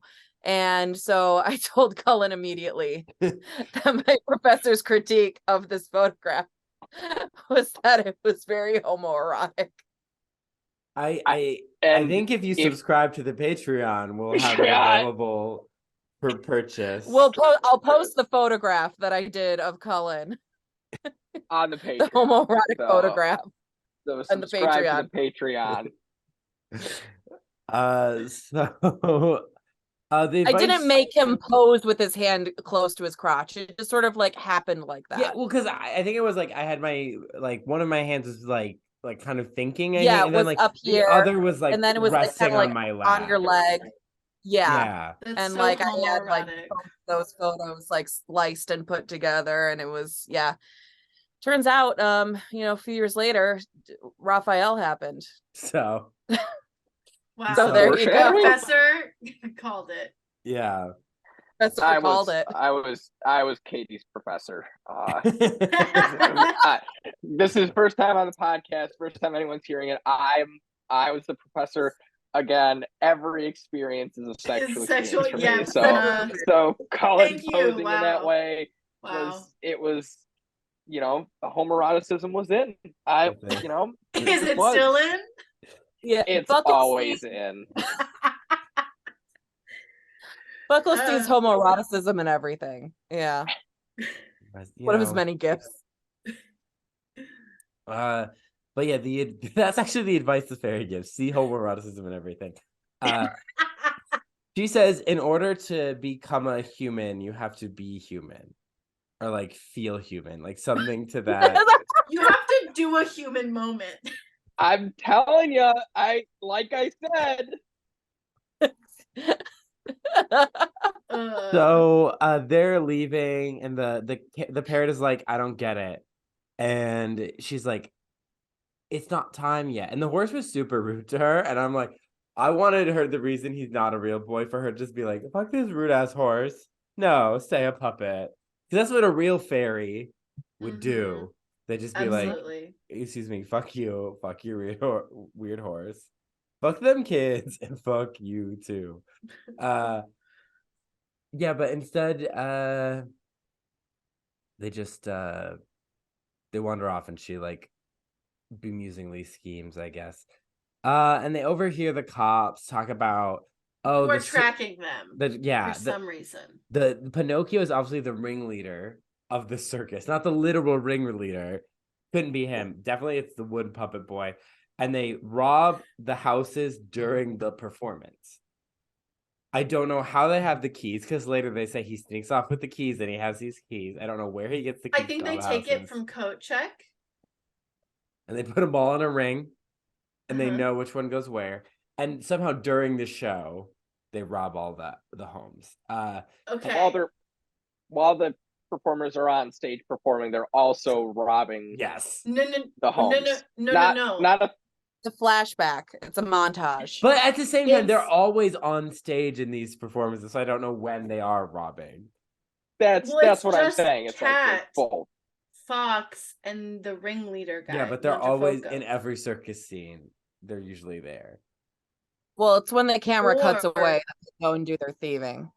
Yeah, or are they not there? They're just leaving the circus. They're going down the street, robbing everybody. Or it's twins. 2 cats, 2 foxes, and 2 Mangiafocos. Always twins. Holy shit. That's 3 sets of twins. Wow. Damn. It's the something. odds of that I don't know. It doesn't make sense, but Now there is the horse's immediate conclusion that Bella betrayed him and is in on the crime. And he's like, no, she wouldn't do that. And they split up. They're like yelling at each other that they're bad best friends, even though I thought they're father and son. I know. I was like, you can't just unadopt this kid. That's not how this works. And I don't want you to be my daddy anymore. That's kind of what he says. Heard in WeHo Instagram. So they're so sad without each other. They wander off and they're sad. And Pinocchio is captured by the cops, but immediately Tybalt is like, I feel sad about my best friend. And he runs back and he kicks the cops into the tree. But meanwhile, they're trying to like stuff their handkerchief in Pinocchio's mouth. The chief investigator. Yeah. Gags Pinocchio with his handkerchief. But like it's many a cartoon character has been gagged. But you know, not just with handkerchief. Everything is erotic. You're making this so much work.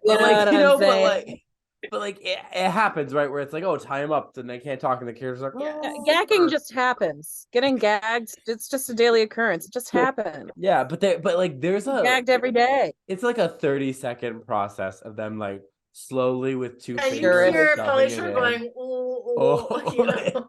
This little wooden twink boy with his little Astro Boy fluff. And I'm like, I don't like this. Guys, to see the full video of Cullen demonstrating how gagging works, subscribe to the Patreon. Watch Cullen put his whole fist in his mouth on the Patreon. On a separate note, but not unrelated, what the fuck is with police and like always needing to restrict fucking breathing, even in this animated fucking Pinocchio, like. Just nonsensical violence. Yeah. So he kicks them onto the tree and they escape. But Tybalt is like, okay, stay here. I have a plan. And then Pinocchio, which is to go back to the cops. I guess. Yeah. And then instantly Pinocchio's like, oh gosh, what do I do? I guess I'm going to go back to the circus. And he instantly disobeys his father. His daddy, his horse daddy. Thank you for clarifying because I was very his horse confused. daddy. Geppetto? Yep. Geppetto decides he's going to the circus. Yeah, because he's to save Pinocchio. Or he's had a sad vision of Pinocchio doing horse flips, you know, with his horse daddy in the yard. And he's like, Pinocchio. And it's like, it reminded me of the scene. I think he forgot to take his meds. I think that's what that was. So it was an episode. It reminded me in the scene in Thumbelina where the mom is like singing the sad song because Thumbelina's gone, except garbage. But in a weird way, this movie does resolve. We do see Geppetto again. We never see that mom again. Or Thumbelina's mom. No, we saw her at the end at the wedding. I want to screenshot. Excuse me. We see her at the end with the wedding and she's crying and she's throwing rice with the dog. Okay. I remember that they meet on the branch. No, and do not come into my house, Cullen. Do not come into my house. And do not mansplain the ending of Thumbelina. Cullen. In Women's History Month. This is still technically Women's History Month when we record it. How dare you have to wait till April 1st. Respect women. Talk back. Meanwhile, just because Thumbelina's mom is a matriarch, you don't respect her, you don't even remember her, you treat her as invisible. Fuck you, Cullen. Respect women. Wait a minute, I'm the one that doesn't remember any women. We're getting the jokes crossed. So, meanwhile, Bella hates Machiafoco. Speaking of respecting women, he comes in and is like, it's my favorite daughter. And she's like, you're not my real dad. Which reminds me of the vine, you're not my dad. You know that one? You book ass motherfucker. Okay. Well. No, I don't remember that one. Sorry. All I'm thinking of is, you're my dad. Boogie, boogie, boogie. You're my dad. You are my dad. You're my dad. Boogie, boogie, boogie. I send that to my dad every Father's Day. And he doesn't understand it. And so she hates him, and he's like, be nice to Pinocchio when he comes back. So Pinocchio comes back And he confronts the bad guys about what they're doing immediately. And they're like, then we'll all go to jail, including Bella. And she comes out and they're like, yeah, Bella was in on it, which is a straight up lie. She's like, no, I wasn't. He's like, you're lying. And she's like, listen to me. And he's like, no. And I'm like, the lack of communication. You know what? I don't mean to spoil the movie, but this is such a human moment. He should have instantly turned into a real boy. Yeah, your shitty boyfriend who won't listen to your partner explain something.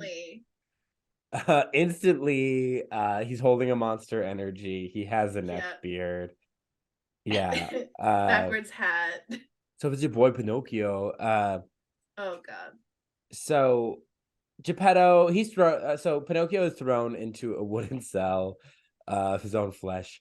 With his cousins. With Geppetto, who got kidnapped, and he's like, "Daddy," and they're like, "Perform or we'll hurt your human daddy." But meanwhile, Tybalt runs into Bella, and she's crying with the hanky, which is the same hanky as the one the cop had. Introducing, we're building up to a Scooby-Doo ending. Scooby-Doo ending that did not need to happen. Really didn't need to, in a movie of there things are that no didn't actual need to happen. seeds to it. That's the crazy part. It just comes out of nowhere. Yeah. So Tybalt puts together a plan, and he's like, "We're gonna do this." And Bella is with the other circus people doing the plan with them, and Pinocchio doesn't question it. So I guess he got over it. They do the show, and then they're like, "We have a special song." Okay, and this is where we see the montage of them stealing, but then they're singing, and they're like, "Wait, what are they singing?" And they get mad at the song because the song is performed wonderfully by Pauly Shore.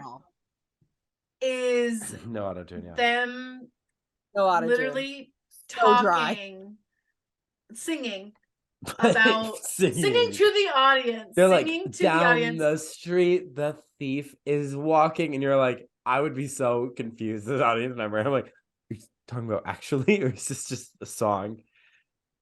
And they're literally just like, they're taking your shit. And they're like, and we didn't know, and Metrofoco is the boss. This is we're singing our innocence, our alibi, our testimony. I'm in a store and I'm singing. Exactly. It's literally, it's like worse than Elf. Like, and I guess the thing about it is it's, again, performance as a way to incriminate, grandfather gay. Shakespeare did it in Hamlet, like, it's a thing. I don't know if it needed to happen in Hamlet, but in most modern things, there's like, you can do it where it's like a reason, where it's like the only way they can get away with it. Bird like that. The only way they can get away with it is like doing it on stage, or because they're Radio Rebel or whatever reason. And if you subscribe to the Patreon, you can see that our friend Katie is in fact Radio Rebel. Literally. She went into Disney Channel and she said, I want to make history. And that's what this actually is. Yeah. Yep. To be fair, that was my high school experience.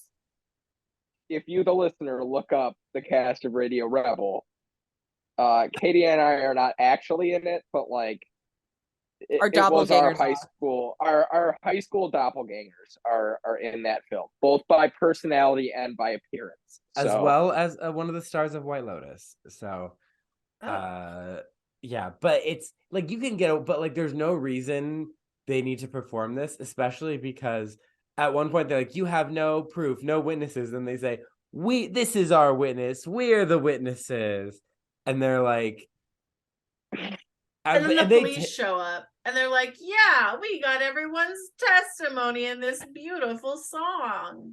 And it's like, how do you know? Did they witness it, or did they just listen to Katy Perry's album Witness and call it a day? Because a witness means you saw something, not. Yeah, you weren't there. You didn't witness. You were performing. You witnessed. You overheard them plot from your trailer, and then... technically they're whistleblowers because they knew about it happening and they let it happen, and now they're finally coming forward about it. So they're technically whistleblowers.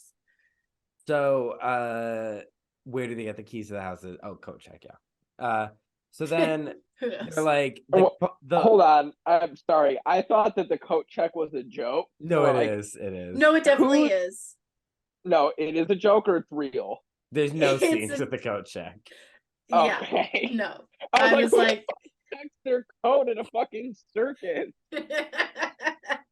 Italians. Actually, I think they're in England. This is like British. They're all the people who are screaming are like, "Fuck you!" They're all British. Give us our shit A lot back. of different accents happening. Yeah, So a lot many. of different accents.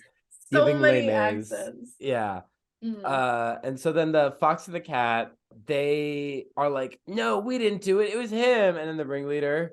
How do you think the ringleader reacts, Buckles? So, okay, point of clarification. Is this a like musical movie? Like, no, there's all the songs are diegetic. Okay. There's like 2 songs. 2 songs, and Okay. I wouldn't count this as a song. No one's pulling up this on Spotify. No one's pulling up any of these songs on Spotify, but this is a song that actually affects the story. But I was gonna say, I feel like the ringleader is gonna just like start singing something else, but he's gonna given that this is not song Glee Cast version of my Glee Cast with Matthew Morgan. Fucking rude! How dare you? So he sets the circus on fire. And then that makes so much sense. That's fire, so logical. wood. Yep. And he's it's gonna burning happen. people alive, all the witnesses, all the victims, homoeroticism. the police, the only police who were on their scene. Not clickbait. The police whose faces are like inverted, where like one has like a mustache and a really low mouth. But they both look like Nicholas Hoult. I will not be taking any questions about that. So true. As like somehow, even though their faces are inverted, they both look like him. And so yes. As things set on fire, everyone at a snail's pace. So casually. It's just like, and runs out. But Kyle Kittenhouse is like, he threatens Bella, who with a gun, even though Bella could take this cat. But you know what? I don't know, because she's helping a woman like who just like all of a sudden like, oh no, like stumbled and was like, help me. And it's like just get back up. There's literally nothing stopping you from like getting back up and going towards the door. She was like, no, help me. And then Bella's like, I'll help you. Literally doesn't do anything, just like kind of like hover hands as she gets up on her own and then gets caught. And I'm like, yeah, you deserve to get caught. You didn't help that woman at all. Then the cat just runs away and gets caught by the police anyway. So Pinocchio does some trapeze stuff and rope stuff, and they help her, but then he's stuck in the circle of fire. Because Bella ran away to Snail's space, and was caught in a circle of fire. So then Pinocchio gets her out, and then he's stuck in, and Bella obviously cannot do shit. She's like, oh no, and then the horse is like, get away, and she's like, but Pinocchio, and he's like, get out of here. And then she runs off, and then true love, baby. And then the horse is like, I always knew I would die young. And then he rescues Pinocchio, and he's all singed and burned up, but not too burned up. And then she cries, and her tear falls on him. Buckles. And he comes back to life as a real boy. And oh fuck yeah! You know what? Fuck you, Katie. Don't watch this shitty ass movie to know exactly what the fuck was gonna happen. I counted fucking page 1. Fuck yeah! So, Lucinda. Lucilda shows up, and she's like, only a human heart can make a sacrifice like that, and that makes you a human. And I'm like, okay, offensive to the horse. What the fuck? Yeah, sacrificed the horse should have also turned into a human. And also, to a Bella's real boy. tear is what turned him into a real boy. So like, wow, like wait for men to take credit for the accomplishments of women. Women can't even And passively thank save you. people by weeping anymore. No. They said Tangled too feminist. Too feminist. Beauty and the Beast. That's practically Gloria Steinem. But meanwhile, Tybalt is like, oh, Bella, look at your handkerchief. Yeah, we dabble in some light child trafficking. And then Pinocchio's like, hey, cop, remember when you shoved this very slowly up my mouth? Check out the Very Patreon. erotically. Patreon.com. He's and then they're like, oh, these match. And she's like, match, I had it. Oh, these match. Oh my god. Majifoco said I had it with me when he found me in the woods. And he's like, actually, I didn't find you. I thought, oh, he kidnapped her. We're gonna go into like the evil Romani They should have circus. simplified that and just said, yeah, I kidnapped you. He's like, no, I bought you from the person who kidnapped you. What the fuck, Russia? And he said, I bought you from sex traffickers.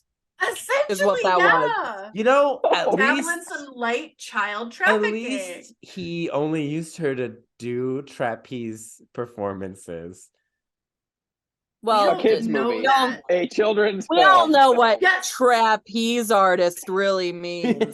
Gun violence, a horse women using their dying body freely, like that's just that's a double entendre. I'm starting to feel is crazy. Also, they say feel less comfy with me being like sexual, like everything's sexual today. As we're now getting into the child. Maybe you should have watched the movie. I might want to watch this back. Yeah, you built that trap. Sorry. what they do is they say she's been missing for 11 years, and so I'm like, how old is she? Is she like 12, or does she remember her father? Is she like 16? Was she when she was like? Also, he's a shit detective. Yeah. He was like, I was looking around for like other kidnappers, but he like spent like a lot of time looking for thieves, like essentially cat burglars. But it's like what he was wasting his time with, and I'm like, no wonder it took you 11 years. He didn't, and you didn't even find her. He didn't go out to. He didn't go out to like find his daughter. They basically gave up, and he was like, well, I'm gonna become an investigator so that I can help stop crime in general. No, he said because I wrote it down. He wanted to stop other kidnappers. That's his Law and Order he's not going after his own daughter. Backstory. So they basically but he's going after jewelry thieves. He considers women property, so it's the same to him. Can we circle back around? The like detective is also Bella's father. Yeah. And it's not awkward at all. She instantly runs into his arms. Yeah. It's probably because I don't know how could we was she the Lindbergh baby? Like, what the fuck is going on? Oh my god, we found her. I wonder if it's like Pinocchio can't be with a girl who's came from such horrible evil seed. Maybe it gives very Dickens, very like 1800s-y novel. It's also very tangled. Very tangled. Very Villeneuve Beauty and the Beast. With actually Belle has been a magical half fairy princess this whole time. And her real family of broke-ass bitches are human losers that she's not related to. Yeah. This movie is the opposite of Hannah Montana. It's really the worst of both worlds. All worlds. And then the movie It's the multiverse of madness. The movie ends with them. The police officer? And that was the best part. The movie ends. The best part. Well, before it ends. Oh, God. He becomes the police investigator. He becomes the police. He becomes that's the end of Harry Potter, okay? He becomes becomes a circus performer. ringleader. Because cops are clowns. Commentary. But the also, social commentary biting. Seething. And then Pinocchio and Bella are flying around, but it doesn't end on our two lovers. They're flying around on the trapeze. They didn't like develop like some magical power. They started flying. Yeah. They're on the trapeze. And Lucilda's in the stands with Geppetto and somebody. I feel like there was. I a really third hope they character. got to fuck. Because that's all that's how this whole thing started. And then, but it ends with Pinocchio and Tybalt because besties, bros before hoes. Daddies before, I don't know. Daddies Zaddies. before zaddies. And this ends with a shot of the sad, lonely moon who Bella weeps for. And that's the true story of Pinocchio. All that other stuff, weird garbage bullshit. Candlewick, who? Donkeys, no thank you. I want a talking horse. No crickets. The fairy didn't have blue hair. The random girl did. It's just a watered down knockoff of Tangled, but Pinocchio. And Yeah. where the hell was Candlewick this whole time? Like, non-existent. Yeah, fuck that guy. Hopefully living a better life. Hopefully in a better timeline. Yeah. Because especially if you were going to if someone was like, make Pinocchio a rom-com, I'd be like, A, you're insane. And then they'd be like, well, I'm going to pay you to do it. I'd be like, okay. And then I'd be like, okay, well, every rom-com, like, there's like the best friend. There's like the less hot best friend. And I'm like, it'd be Candlewick. I was thinking of this because I was in Vegas and a Jennifer Garner movie was playing randomly in one of the casinos. And I had this obsession with Jennifer Garner as like a vibe, as someone who just like. What was the movie? I don't even know. Matthew McConaughey was in it.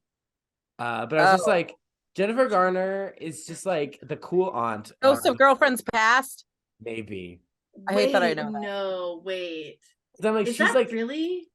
I just feel like she always plays like the cool mom, the cool girl, like someone you want to hang out with, but not in the annoying cool girl way. She's just like girl next door. Yeah, that's her. Uh-huh. You know, or she's like, even when she's an assassin, it's because somebody killed their kid. I'm just like, I support Jennifer Garner and her contributions to society so much. She shows up, she earns her paycheck, she gets it. And then, but I was watching this movie and I was like, they were like, Matthew McConaughey was talking to the guy that I think was supposed to be his, like, he was like the best man in the wedding or something. But I'm like, I don't believe that this man and Matthew McConaughey would be friends. I just don't. Matthew McConaughey is like, has a weird face. He looks like a robot.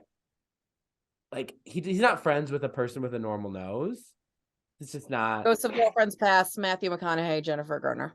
Oh, are you talking about Breckin Meyer, who was in the Garfield movies? Emma Stone was in this movie. I haven't seen this movie in forever. I'm dying. That's all I have to add. You're about to be Lyle's Ghost of Girlfriend Fast. Literally. So let's talk about the vibes of this Fucked fantasy film. Was it literally 2 weeks ago or 2 episodes ago? Beauty and the Beast remake, live action remake. I was like, vibes are fucked. These vibes more fucked. I would say so. We talk about the music, definitely made on a computer, written by an AI, translated by Google Translate, recorded all MIDI, just like beep boops, you know. What do we think of the visuals? Fucked. There were they were there. I mean, Cullen, just move your head a little bit. Boom. Visuals terrible. He does not look wooden. I did view this with my eyes. That's my biggest criticism of his design, because everything else is terrible, right? But just like, he doesn't look different enough to the humans. Yeah. He's just like, there's a little bit of angularness only in certain light, but it's not enough. Which is why he looks like a severed head in the beginning. Yeah. Exactly. There wasn't enough wood grain on that wooden boy. I've really been appreciating the like times where like Cullen's head will line up with like the image in the background where it looks like he's wearing the hat. So make sure you subscribe to the Patreon so that you can see Cullen really just impersonating giving his best Pauly Shore Pinocchio. Yeah, his Pauly Shore fantasy. Pauly Shore fantasy. Yeah. Remember when I was like, this isn't the first time Pinocchio's been weirdly sexualized. He was wearing a thong in Shrek 2. Okay, also, I did write my notes. This movie defiles that Pinocchio's image. That Pinocchio is a queer icon. This is bullshit. Also, why you're right. Why does he look like a twink? Because Pinocchio in Shrek, Pinocchio in the Disney movie, Pinocchio in the fucking Tom Hanks show, like he looks like a puppet, not like a puppet an of actual a like boy. Like he doesn't look like a boy. He looks like a puppet of a boy. A puppet who's never taken Algebra 1, like young boy, you know. I've never has even not heard of experienced Algebra 1. Yeah. He just thinks it's just, fourth grade math. Yeah. Okay, I'm gonna say I have a hot take about these visuals. Oh God. I like the background visuals, like the world that they exist in. You were paying attention to the background? Yeah, like the towns and the trees. I'm like, this would be a really cool, cute video game world. I did think it was very video gamey. I like the one scene where the horse was walking through the woods at night, and there was like a pool of moonlight like coming in through the trees, and it made like his coat, like the fur on the horse, the hair on the horse, like glisten like an actual horse would if light were to like, hit a horse. So that was really pretty. I did clock that, and I liked it. I spotted lens flares in this. There was J.J. Abrams directed it. I was like, J.J. Abrams fucking directed this movie, or he was a consultant in the animation department. Or copied. Yeah, I just like, there was some weird moments of like quality filmmaking, like some of the design, like you're talking about, like the horse, the lens flares. It's like it's weirdly realistic, so bizarre. And then this was the movie. I think whoever was in charge of backdrops and sets was very talented and probably not paid enough, but like did a great job. But like, Cullen, was it you? It was me. I feel like it was you. Yeah, whoever did the background on that, my God, he deserved to be paid more. Wow. But like, he deserved to get paid at all. But like the people, the things that are supposed to move, the heart of the film, even just the background people, all no, nightmares. Not even cute in a video game way. Let's talk about our characters. We have our protagonist, Pinocchio. I don't even know if he actually has the strongest desire. I think it's the horse, actually. Well, what does the horse want? To go home? I don't know what Pinocchio wants to be a real boy, to bone the blue-haired girl with pronouns. Everyone in this movie is motivated by sex. But I actually think it's a Belle and Bee situation where it's from the love interest perspective thing, where it's sort of flipped. I think you think it's like it's Pinocchio's story, but from the horse's perspective, because he's the narrator. Okay. Yeah, I mean, we open with like, we get the like frame story or whatever with like the horse telling us. So, which Uncle, stop talking like you know. Talking like you watched this fucking movie. No, don't go there. What other movie, speaking of Disney movies, has a framing device that opens with a sassy male narrator? Aladdin. Tangled? Emperor's New Groove. Emperor's New Groove. Yeah, I was gonna go. I mean, there's multiple, clearly, but yes. You know what? I think this was probably ideated like a year or two after Tangled, and they took a pretty long time to get to it because funding, Yeah. Yeah, I actually think, but they're like, oh, we can't just do Tangled. Let's do everyone's favorite Italian story and rip the Italian out of it. Let's make it look like Tangled, so people like confuse and get confused. Yes. I mean, this is what it is. We were watching it on Pluto, on the Pluto Kids channel, and it's like, this is literally a movie that a parent's supposed to be like, Pinocchio, but it looks like Tangled. Okay, must be Disney. Great. Watch it. And then they go and do something, Yeah. Like that's what this is. Yeah, Katie is full on burritoing after the trauma of this film. I need to burrito to get like over the trauma of this. I just need to feel safe. I don't feel safe anymore. Pauly Shore can't. He can't. Pauly Shore violated me in many ways.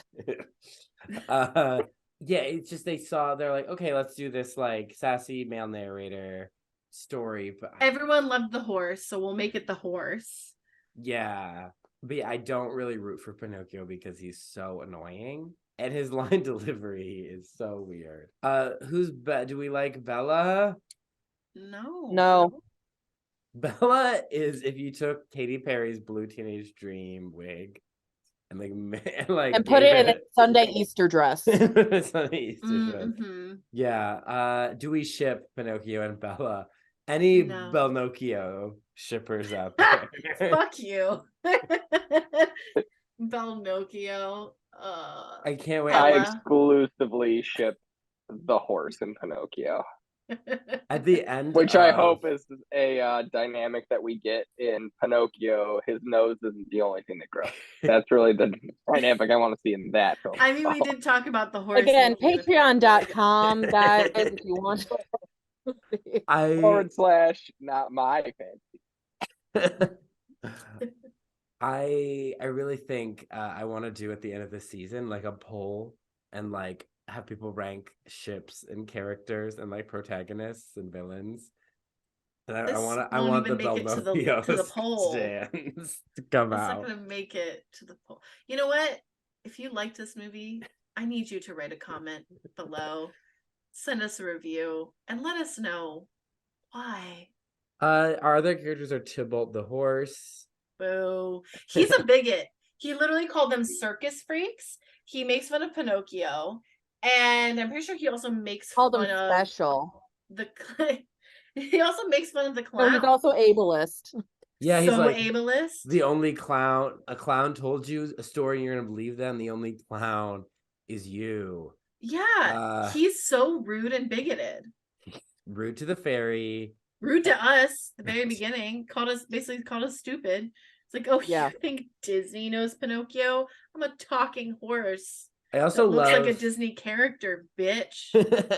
How they made it set in Italy with constantly saying "Mamma Mia," which is an appropriation of ABBA culture, and saying Santa Maria Madonna on a bicycle. Oh my god. Which is what I say, when something's upsetting. Santa Maria Madonna on a bicycle. Geppetto, I guess he was here. I prefer Ryan Gosling and Lars and the Real Girl. A pervert. Geppetto is a pervert. Everyone, there's something wrong with this Tybalt, design. Geppetto, on the list, on the sex offender list. There's a reason Geppetto lives in the woods with nobody nearby. Mm-hmm. Like, you cannot live in the town. Carving a wooden boy just for himself. Lucilda, you know what? Pointless. You had me at first because I'm like, oh, I love a chaotic fairy. I love a fairy that's like, fuck around and find out. Who cares? This boy's real now. He's voiced by Pauly Shore.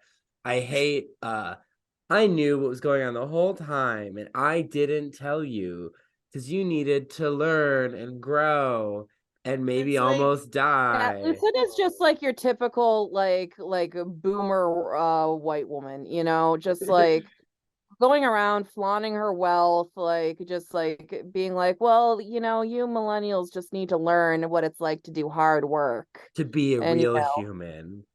Yeah. And I'm not going to help at all. I'm just going to enjoy my multiple properties and my carriage and my horse-drawn carriage and all my fine clothes and jewelry. Like that's the life that she gets for free. Yes. What do we think of our antagonists? We have Majafoco, Dan Schneider, and Kyle Kittenhouse. Welcome. It's just boring. Yeah. They're not interesting at all. They're just. I thought that the cat looked a lot like James Corden in Cats, a movie I have not seen yet, but I have seen the image and I was like, that's James Corden. So very Cat in the Hat vibes. Oh yeah. Dan Schneider kind of looks like Swiper. Swiper no swiping. Now they're ripping off Nickelodeon. Damn. Cats was the last movie I watched before the pandemic shut everything down. So that was I watched that in a theater. I watched that in a theater, and then I didn't see another movie in a theater until like 3 years later. It was like, oh, thanks, guys. Same. That's the theatrical experience I wanted to leave in my mouth going into this, but I Cats caused the saw pandemic. The I Hunt, believe that. starring Little Italy's Emma Roberts. What themes and messages does this movie have? No means no, and you should move on. That's a valid lesson that the horse does teach us. Mm-hmm. And to be a human, you have to do human things. You gotta sacrifice yourself. There's something about the power of friendship, I guess, with Pinocchio and Tybalt, and Power of daddies. Daddy. The power of daddies. The power of the daddy and twink relationship. Yeah. This is gay propaganda. This is what Republicans need to be banning. This should be banned in Tennessee. They need to be doing that instead of fixing their crumbling infrastructure and gun violence issues. And I guess that miracles come from ordinary people. You know? That's a stretch, but sure. Yeah. Sure. This is basically the same message as Lord of the Rings. Yeah, but this movie's so much better. I guess time for our big final questions. Was that your fantasy? Considering the conversations we've had today.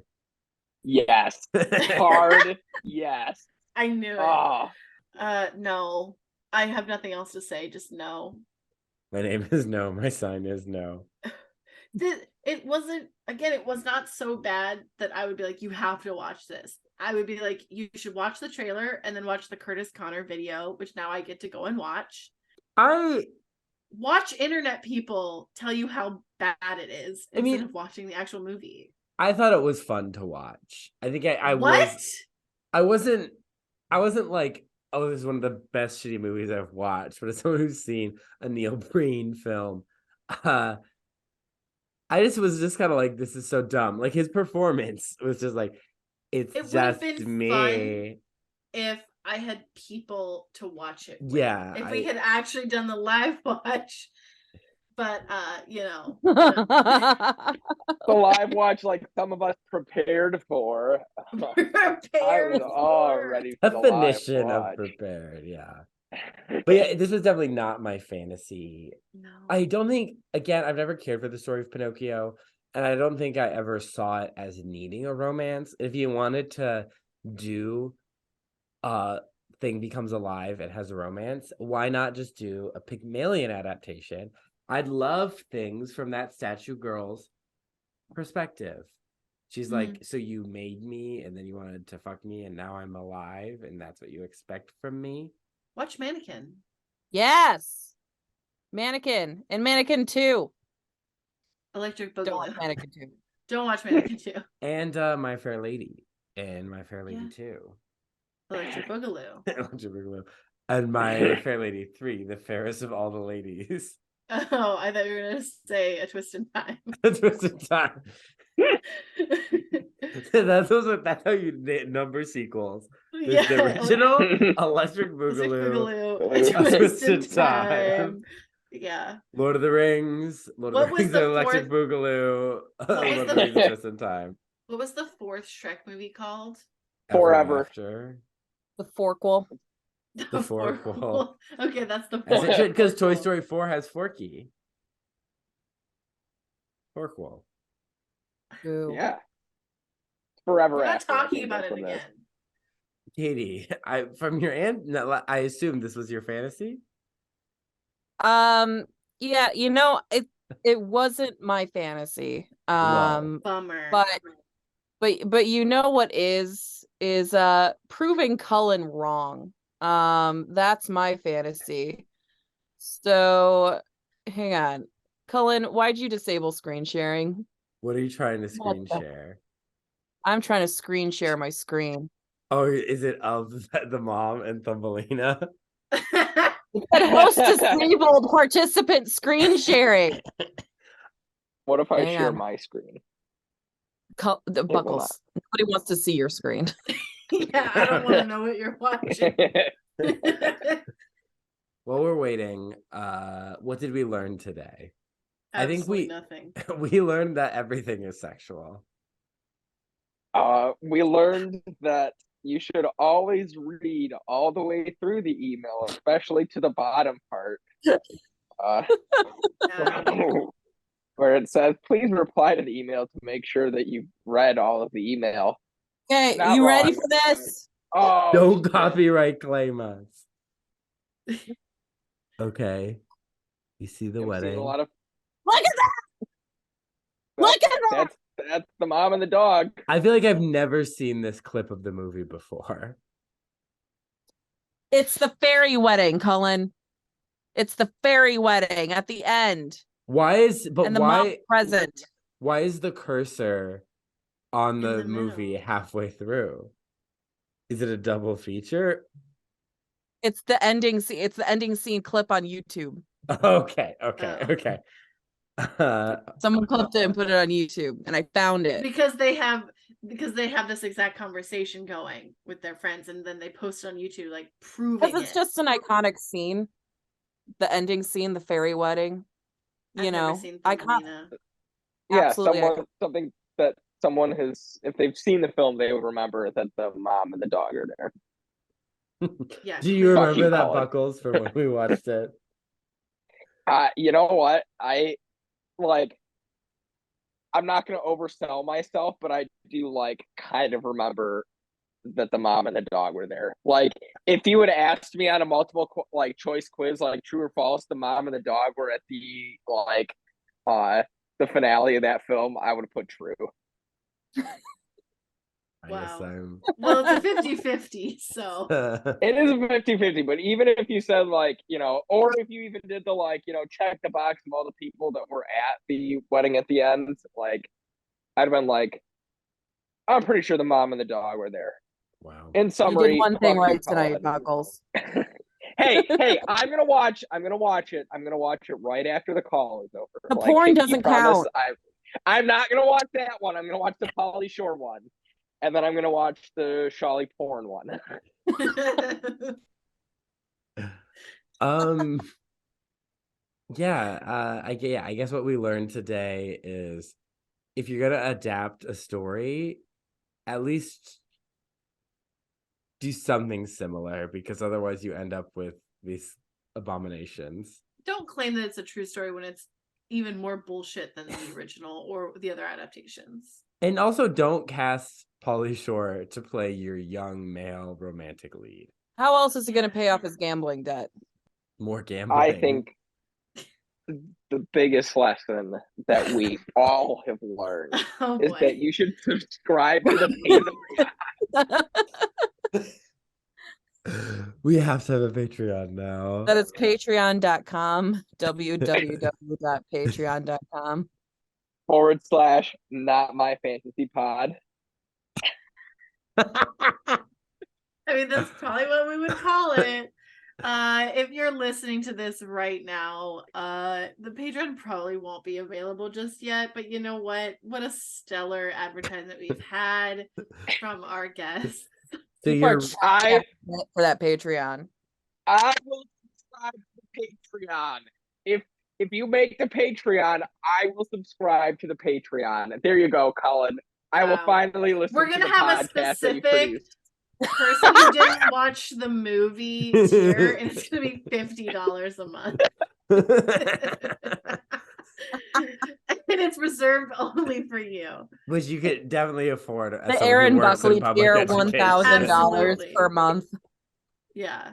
Those students don't need school supplies. No. I mean, I got a Podbean needs its money. So, do you have anything you'd like to plug today, either of you? The Not My Fantasy Podcast Patreon. All right. Well, Hannah. Yeah, we're on Instagram and TikTok. As long as TikTok's here. Oh, yeah, that's right. Because we decided we weren't going to get a Twitter because, well, that's going to implode soon. But no, TikTok may be going soon.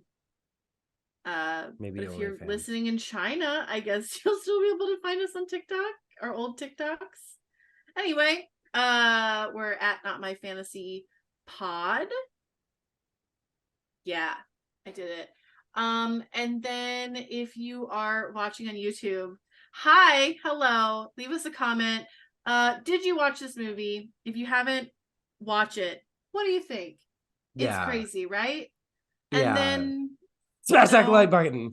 Smash the like button. Subscribe to our YouTube channel. Hit the bell notification. Do all those things. And then doesn't matter where you're watching or listening, head over to Apple Podcasts, leave us a 5-star review.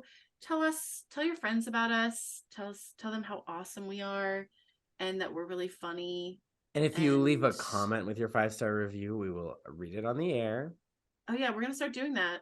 And get on there. It also promotes the pod. It makes us come up in the algorithm more. Helps us play algorithm. Al Gore's game. So exactly. Yeah. But yeah, share us with your friends, family, puppet enthusiasts in your life. Twink enthusiasts in your life. Pinocchio enthusiasts in your life. They're probably the Russian I have to say. Movie enthusiasts. You know what? If you're a movie enthusiast, you should be listening to our podcast. Yeah. So we talk about movies, good and bad. Yeah, clearly. Yeah. You can follow me on Instagram at Cullen Ever After. But there's some things that the podcast Instagram gets that my regular Instagram doesn't. Like, I did not post a clip. Porn, yes. I did not post a clip of Taylor Swift singing Enchanted in Vegas on my regular. That was for not my fantasy children. I don't know what our name is for our listeners yet. Yeah, because your flea booties are fantastics. We're gonna workshop it. We're gonna workshop it. Comment below with what you would prefer to be called. Hannah, do you know what our next episode is gonna be? No. Please tell me it's another. Please tell me it's Encino Man. We're talking about cavemen. We as we enter our spring season, we'll be watching some movies that are all about spring, resurrection, and medieval art style. And we'll be starting. Is there a resurrection movie? Because we're not watching Passion of the Christ. Too, yeah. Or are we? Electric Boogaloo. We're watching an even better film, The Chronicles of Narnia: Landlord in the Wardrobe. To be fair, my preferred adaptation of the Bible. Yeah. Same, I guess. So yeah, we'll be watching that. And very excited, but we have some other medieval spring resurrection movies on the docket. Love it. Can't wait. Yeah. Well, thank you to our wonderful guests. Thank you for being such dedicated email readers. Thank you so much for coming. This was so much fun. I was like, we're watching this garbage shitty movie. We need this shitty movie crew. This podcast episode deserved just that much chaos. It honestly really did. Because this movie, as you might find out, sucked. And it was chaotic in the worst way. This, complete opposite. Chaotic in the best way. Amazing. And you know what? If you would subscribe to a Patreon, let us know. And let us know what kind of content you'd be interested in. A couple dollars a month to get extra content. And we're not doing porn. I mean, for how much you're willing to pay. Can we do the Not My Fantasy podcast calendar?